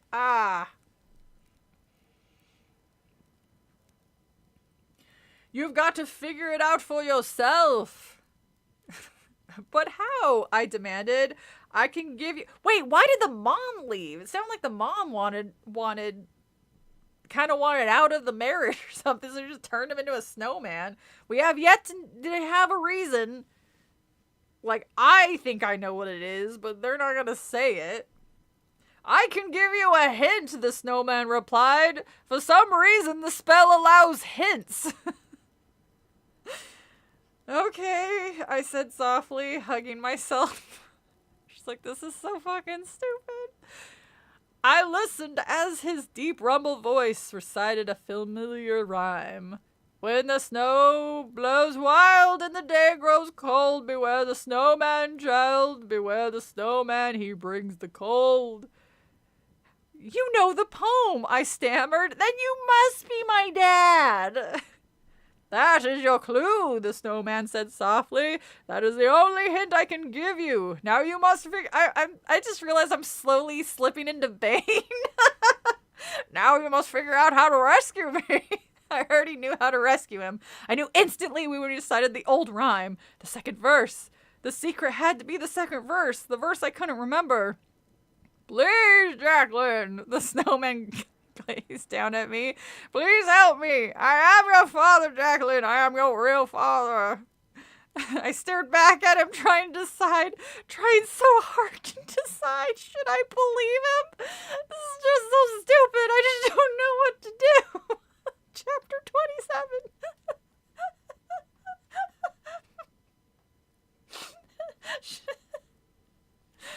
Yes, I decided. Yes, I'll run home. I'll find the old poetry book. There's no way the aunt was that dumb that she would have left that poetry book. It's probably sitting in trash somewhere in Chicago. And I'll read the second verse of the rhyme. I'm coming back, I called up to the snowman. I spun away from him, pulled myself out of his invisible cold grip. I started to run down the ledge and gasped when I nearly ran into Aunt Greta. Aunt Greta, I cried in shock. I tried to warn you, she called to me. I tried to scare you, Jacqueline, to keep you from coming up here.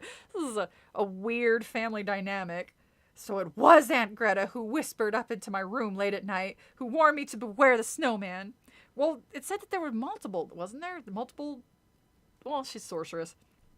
Her dark eyes were wild. Her normally pale face was bright red. Her long black coat was open and flapped behind her in the wind. She raised a large black book in one hand above her head. Jacqueline, is this what you're looking for? She demanded shrilly. I mean, I don't know. I haven't seen this book since I was like 5, so maybe. The poetry book, I cried. My aunt nodded. She held the book high above her. Aunt Greta, is it true?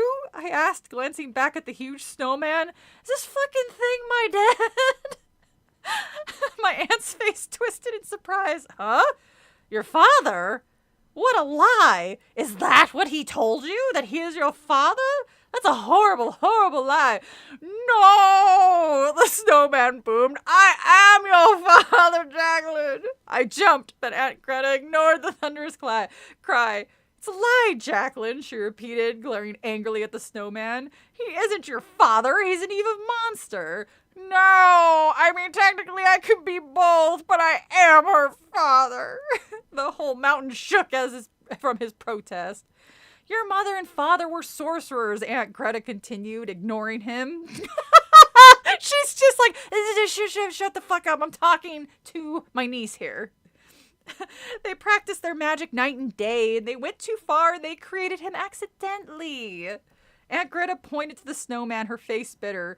He's an evil monster, she repeated through gritted teeth. When your parents saw what they had done, they were horrified. They froze the monster inside the snowman body. Soon after your father disappeared, your mother and I took you and ran from the village. We ran to be safe from this monster's evil... Wait, so he's not... Oh, the plot thickens. She says it's not a snowman. There's a monster under the snowman. You are a liar, the snowman raged. Why does everybody keep lying about me? I don't even know the people who live here. Bye, Brandon. If you're getting freaky with a snowman, would you be prone to brain freeze or frostbite? That's a good one, Darps. He waved his stick arms wildly in the air. His scarf blew out his sides like hawk wings. Wave after wave of cold shot off his body. Jacqueline, don't you believe her? The snowman pleaded. Save me, please. I am your father. His arms reached out to me. Please, he begged.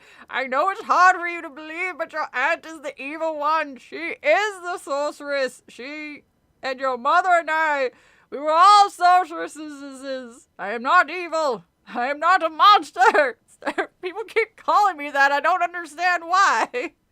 Liar! Aunt Greta shrieked. She gripped the big book angrily in both hands, as if ready to throw it at him. Oh, that would be funny. She goes, ow! Why? That hurt.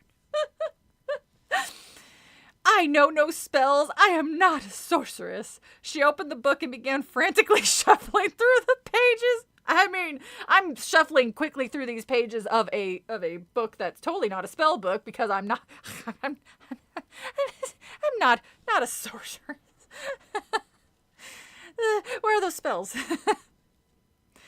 I bought this book because I know it's secret. I know what I need to do to make sure you stay frozen in that snow body. If they wanted to stay keep this person, why did they leave? I guess it was to keep Jacqueline from going up out of curiosity. But again, just tell him a fucking bear lives up there or something. And what does Denim Dan have to do with any of this? The snowman continued to reach out for me. Jacqueline, save me! Save me now! I turned from him to my aunt, then back to him. Who do I believe? Which one is telling the truth? Suddenly I had an idea. Wait, it's one of you who always tell the truth, and one of you are always lying. Wait, no, that's those doors. Fuck. I don't know. Chapter 28. I grabbed the open poetry book from my aunt's hand. Wow, she probably should have held on to that a little bit stronger. What are you doing? She shrieked. She moved quickly to wrestle it away from me. We both tugged at it. The old pages tore and flew out. Why isn't he helping? Is it just because his little stick arm? Maybe his little stick arms aren't strong enough. Aunt Greta made a desperate swipe at it, but I pulled it away and then backed up against the wall of the ice cave. Aunt Greta took a step toward me. Then she gazed up at the snowman and decided not to come that close to him. Jacqueline, you're making a big mistake, Aunt Greta warned. Leaning against the smooth cave wall, I flipped frantically through the pages of the old book. I'm going to find the poem, I told her. I'm going to read the second verse. It's the only way I'll know the truth. Well, you might be unleashing the hell spawn. You have no idea. This is bad. This is maybe not something you should do. Thank you, daughter, the snowman bellowed. Aunt Greta uttered a wail in protest. I'm telling you the truth, Jacqueline.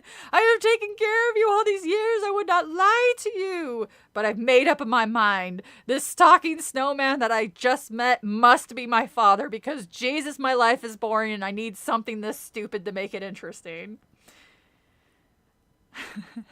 He's a monster, Aunt Greta cried. The snowman stood still and silent, watching me furiously shuffle through the pages. Where was that rhyme? I glanced up. Aunt Greta? She bent down and picked up a torn page from the snow. As her eyes moved over the page, a smile spread over her face. The wind blew her coat behind her. Her eyes were wild, and the page fluttered in her hand. Jacqueline, I can't let you read that rhyme, she said. You have it in your hand? I cried. She's like, well, no, this is something else. But imagine if I did have it in my hand. Like, what a great plot twist would that be? I can't let you read it, Aunt Greta repeated, and tossed the page over the ledge. Chapter 29. I can't help but think of that one scene from A Christmas Story of the ice bowl. I haven't watched that movie in years. I should sit down and rewatch it. I remember finding it adorable. I let out a shriek. I watched the page float out over the ledge. I watched it fly and then start to drop. It's lost, I realized. The second verse is lost forever. The swirling wind will carry it down the mountain, down the deep drop, and I'll never see it again. And then I cried out again as the wind carried the page up, back up. Oh, she is a sorceress. And into my hand, I grabbed it out of the air. I stared at it in amazement. And before Aunt Greta could grab it back, I raised the page to my face and started to read the second verse of the rhyme out loud. When the snows melt and the warm sun is thee, beware the snowman. No! Aunt Greta wailed. She dove towards me with a desperate swipe. She pulled at the page from my hand and ripped it to shreds. The snowman uttered a horrified groan. He bent, reached out to grab Aunt Greta. Too late. The jagged strips of papers fluttered in the snow. Aunt Greta, well, just say, hey, paper, come back and come back together. Why? I choked out. I couldn't let you do it, she replied. He's a monster, Jacqueline. He's not your father. I couldn't let you free him. She's lying, the snowman insisted. She does not want you to know me, Jacqueline. She doesn't want you to know your own father. She wants to leave me trapped in this frozen cave forever. I turned back to my aunt. Her face had grown stern and hard. She stared back at me coldly. I took a deep breath. Aunt Greta, I have to know the truth, I told her. I've told you the truth, she insisted. I have to know for myself, I replied. And I saw the last line of the poem before you grabbed it and tore it up. I do know the whole poem, Aunt Greta. Don't, my aunt pleaded, reaching out to me. So question, you guys, do you think that this is a trap? Do you think that the snowman is Jacqueline's father? And the Aunt Greta is evil, or is this exactly plain how it is? I mean, it's also kind of funny that if it turned out to be not the case, that the snowman was real banking on the fact that Jacqueline, didn't know her father growing up, or if he's still alive. He's like, what? No, you're not. He lives back into Chicago. I look just like him. And I recited the rhyme from memory. When the snows melt and the warm sun is with thee, beware the snowman, for the snowman shall go free. It says beware the snow. I think that kind of implies that that's a bad thing. I think I might have just solved this riddle here. No, Jacqueline, no. She pressed her hands to the side of her face. What have you done? I turned to the snowman and saw him begin to melt. The white snow oozed down his face and body like melting ice cream. The black eyes dropped into the snow. The face melted into the body. The snow poured off the round body. The tree branches thudded heavily into the ground. Slowly, his real face came into view. Slowly, his body emerged from under the snow, and I I stared as the snow dripped away, and then I opened my mouth in a shrill scream of horror. Chapter 30. I think the snowman is somebody else. A monster! I mean, he could still be your dad. An ugly, snarling, red-skinned monster stomped out from under the oozing snow. Aunt Greta had told the truth. Well, fuck, I guess I should have believed the person that raised me my whole life instead of just this random dude. Aunt Greta had told the truth. A monster was trapped inside the snowman. Not my father. Not my father. A monster, a hideous monster. Its head and body were covered with crusty red scales. Its yellow eyes rolled wildly in its bowl-shaped head. A purple tongue flapped from its jagged toothed mouth. All right. It's a dragon? No, no, no, no! Aunt Greta chanted, still pressing both hands against her face. Tears ran down her cheeks and over her hands. What have I done? I wailed. The monster tossed back its head in a throaty laugh. He picked the poetry book off the snow in his scaly, three-fingered hands, and he heaved it over the side of the mountain. You're next! He roared at me.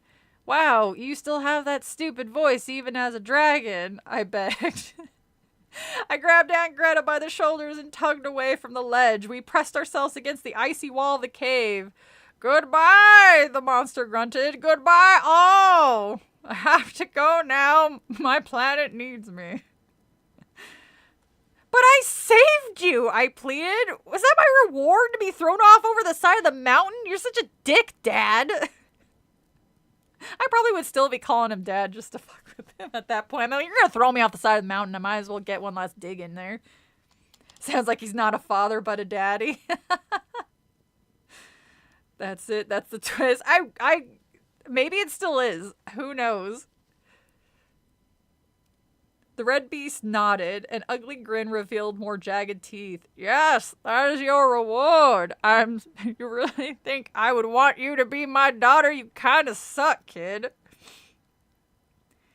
He picked me up with one powerful hand, squeezing my waist, squeezing it so tightly I couldn't breathe. He picked Aunt Greta up on his other hand and raised us above his head, letting out an ugly, raspy groan, and held us over the side of the mountain. Oh, I think Denim Dan is gonna be saving people. Chapter 31. We're almost there, guys.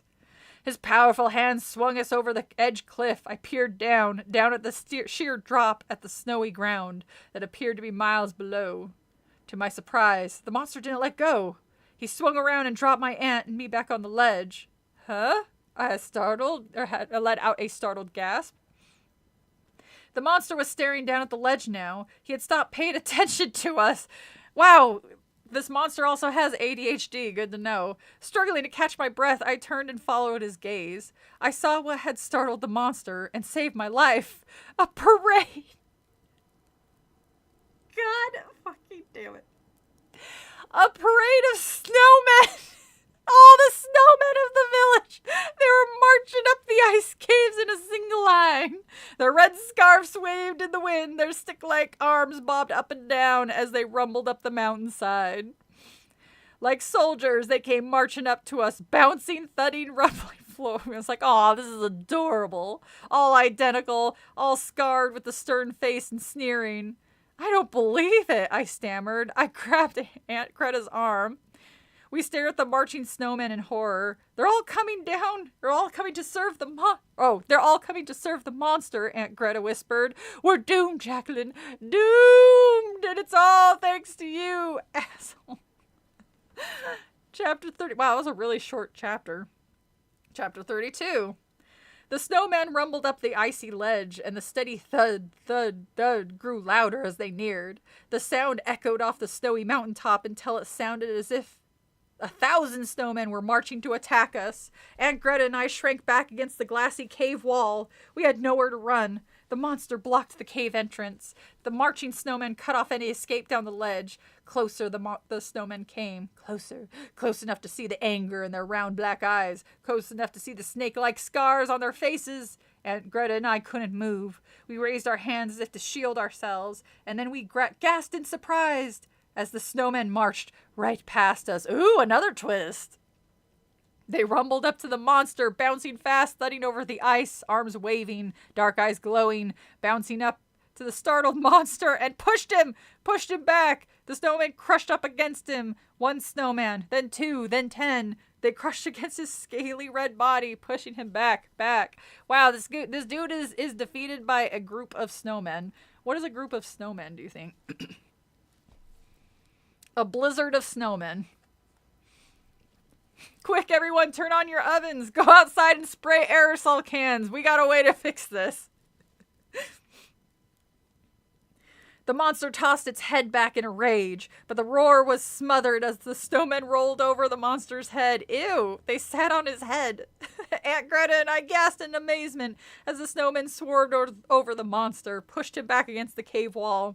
We saw the monster's powerful arms flail in the air, thrashing wildly.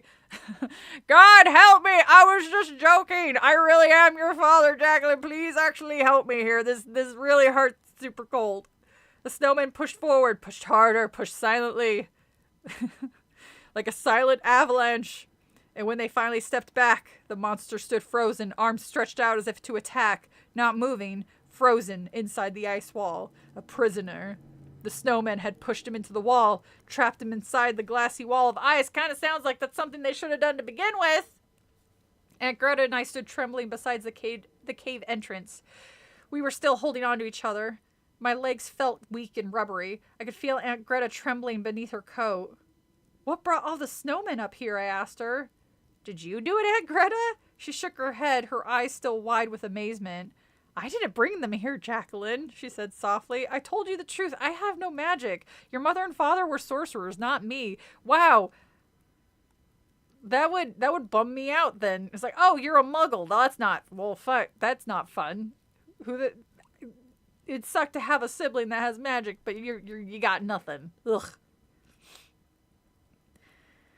Then who made them climb the mountain to rescue us? I demanded. I did, a voice cried. Chapter 33, I wonder who it could be. I turned to the ledge and saw Denim Dan standing there. His gray hair blew wildly in the wind. The white wolf stood at his side. Oh, is he the dad, I wonder?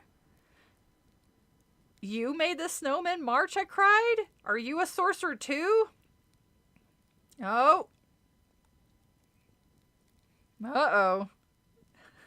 Denim Dan nodded. He gazed at the monster trapped in the ice and smiled spread over his face. Yes, I sent them to rescue you, he said. Aunt Greta narrowed her eyes at Denim Dan. As she studied his face, her mouth dropped open. You! Aunt Greta cried. It's you! Denim Dan's smile grew even wider. Yes, he told my aunt. Who is he? I demanded. Aunt Greta turned to me and placed a hand on my shoulder. Jacqueline, she said softly, I moved back here because I thought he might still be here. And yet, well, okay, what? Well, then why did you take the kids? Or why did you take the kid and flee? I thought he might still be here. And yes, I was right. He is here. She squeezed my shoulder and smiled at me, tears welling in her eyes. Denim Dan is your father, Aunt Greta whispered. Denim Dan and I cried out at the same time. He rushed across the icy ledge and wrapped me in a hug. His long beard scratched my face as he pressed his cheek against mine. I don't believe it, he cried. I am your father after all, stepping back with tears in his eyes. It's been so many years I didn't recognize you. I'm sorry I almost had my animal eat you. So glad Greta brought you back to the village.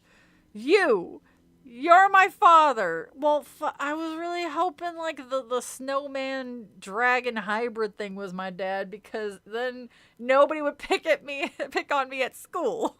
Well, shit. He didn't have a chance to answer. Rolanda and Eli came running up to us. Are you okay? They cried.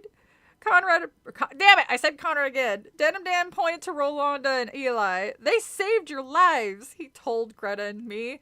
They told me that you planned to climb to the ice cave. As soon as I heard that, I worked my magic and set the snowman up to rescue you. Wow, Eli exclaimed, seeing the monster frozen in the ice. Look at that! That was an evil snowman, Denim Dan explained to them. He'll never threaten the village again unless somebody comes up here with the blowtorch, I suppose.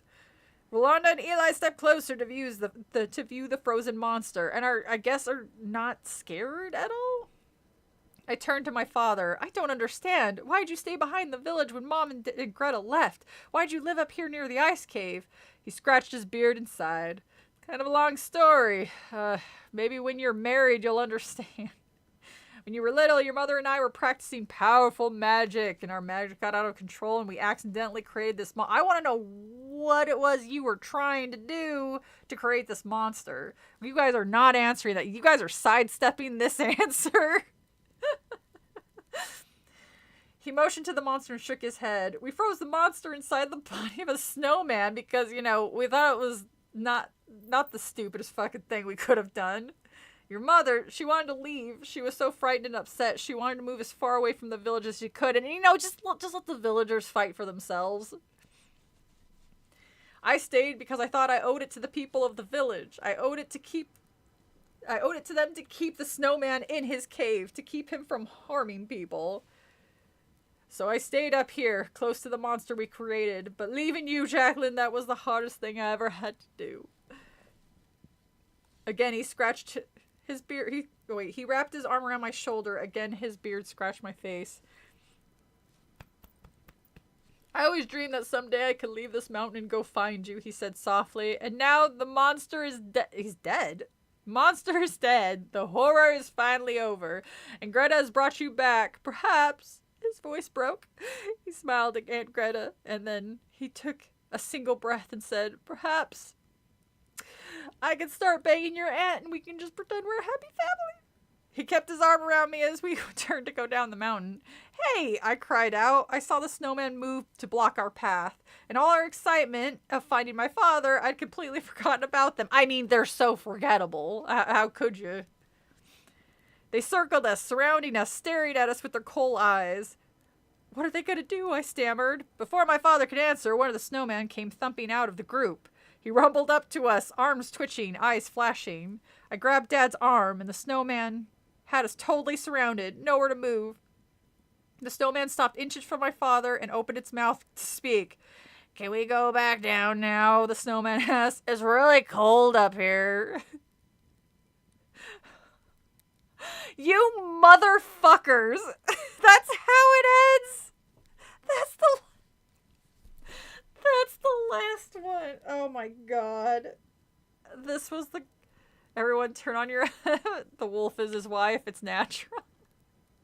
That, I think, might be my favorite Goosebumps because of how batshit insane... Alright, this is the 90s, so it probably wasn't cocaine, but it was definitely something. This is not something that just comes out your mind, regardless of what it is that you're writing.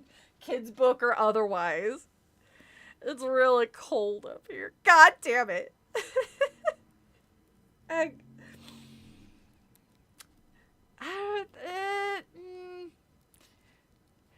I still kind of like my thing better, but man, I was so hoping Bane Snowman was Jacqueline's dad, because that shit would have been the best. They could have gone on bike rides together.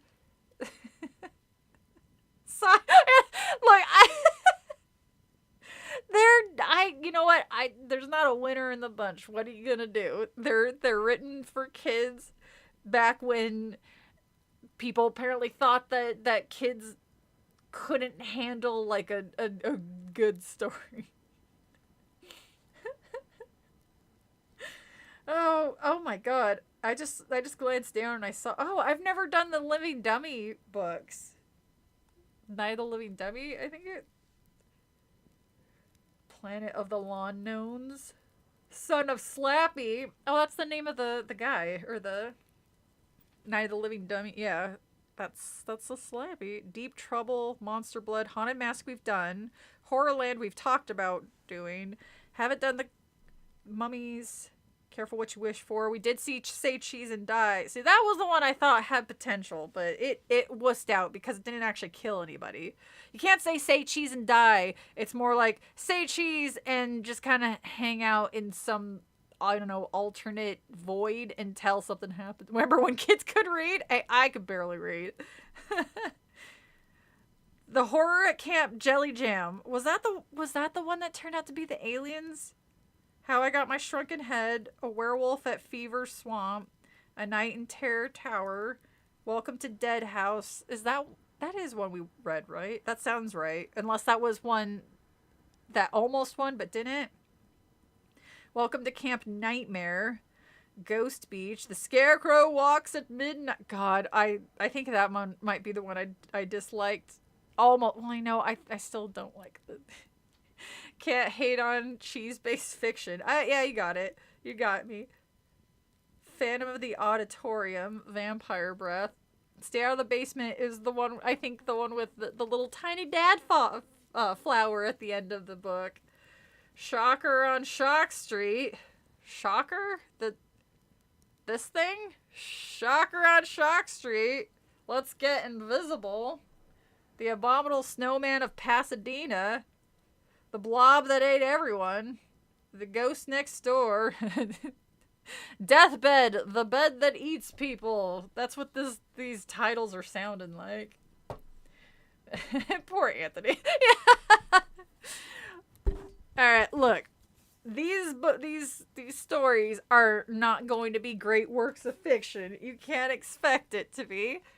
I mean, maybe maybe I could find like a young adult one, but the whole point of reading these is just to have fun and make fun of how goofy they are. And that one, like, I can't think of one that was goofier than that. Yeah, I think that one was.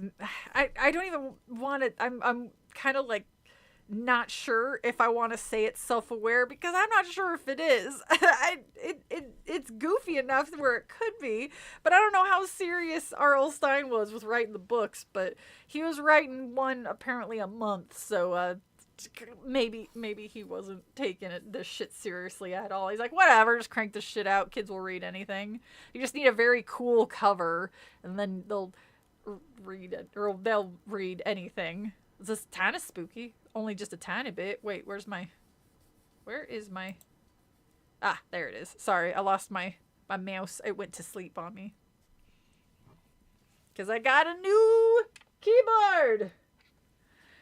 Because Hildegard chewed on the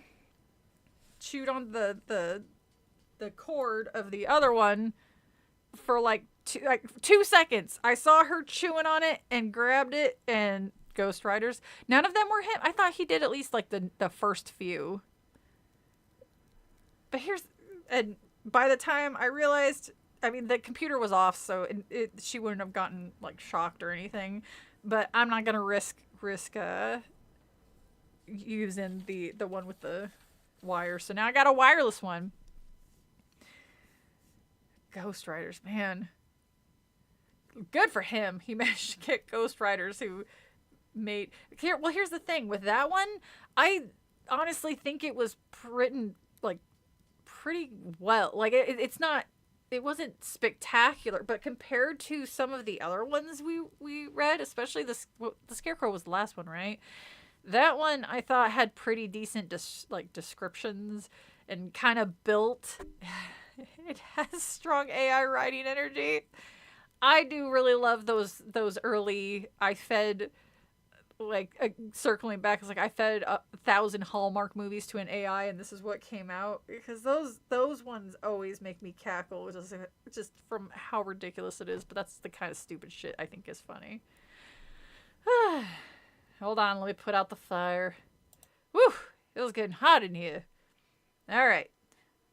So it's probably bedtime for a lot of you guys. I mean, Maybe some of you guys are just waking up.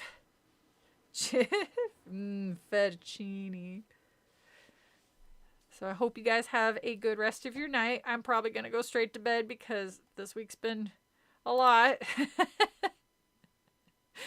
But again, hope you guys have a good night. And I am planning on streaming for Friday 13th. I just have to I have an idea of what I want to do. I just don't know for sure if it's something I can do. But I'll find out, and if not, I have backup plans. All right? So, I'm going to say goodnight to everybody. I'm going to click out and say goodnight. That is if Steam Labs will let me pull it back up. God damn it, Steam Labs. Why can I never end a stream non-ridiculously? These are my Hallmark movies. I mean, they're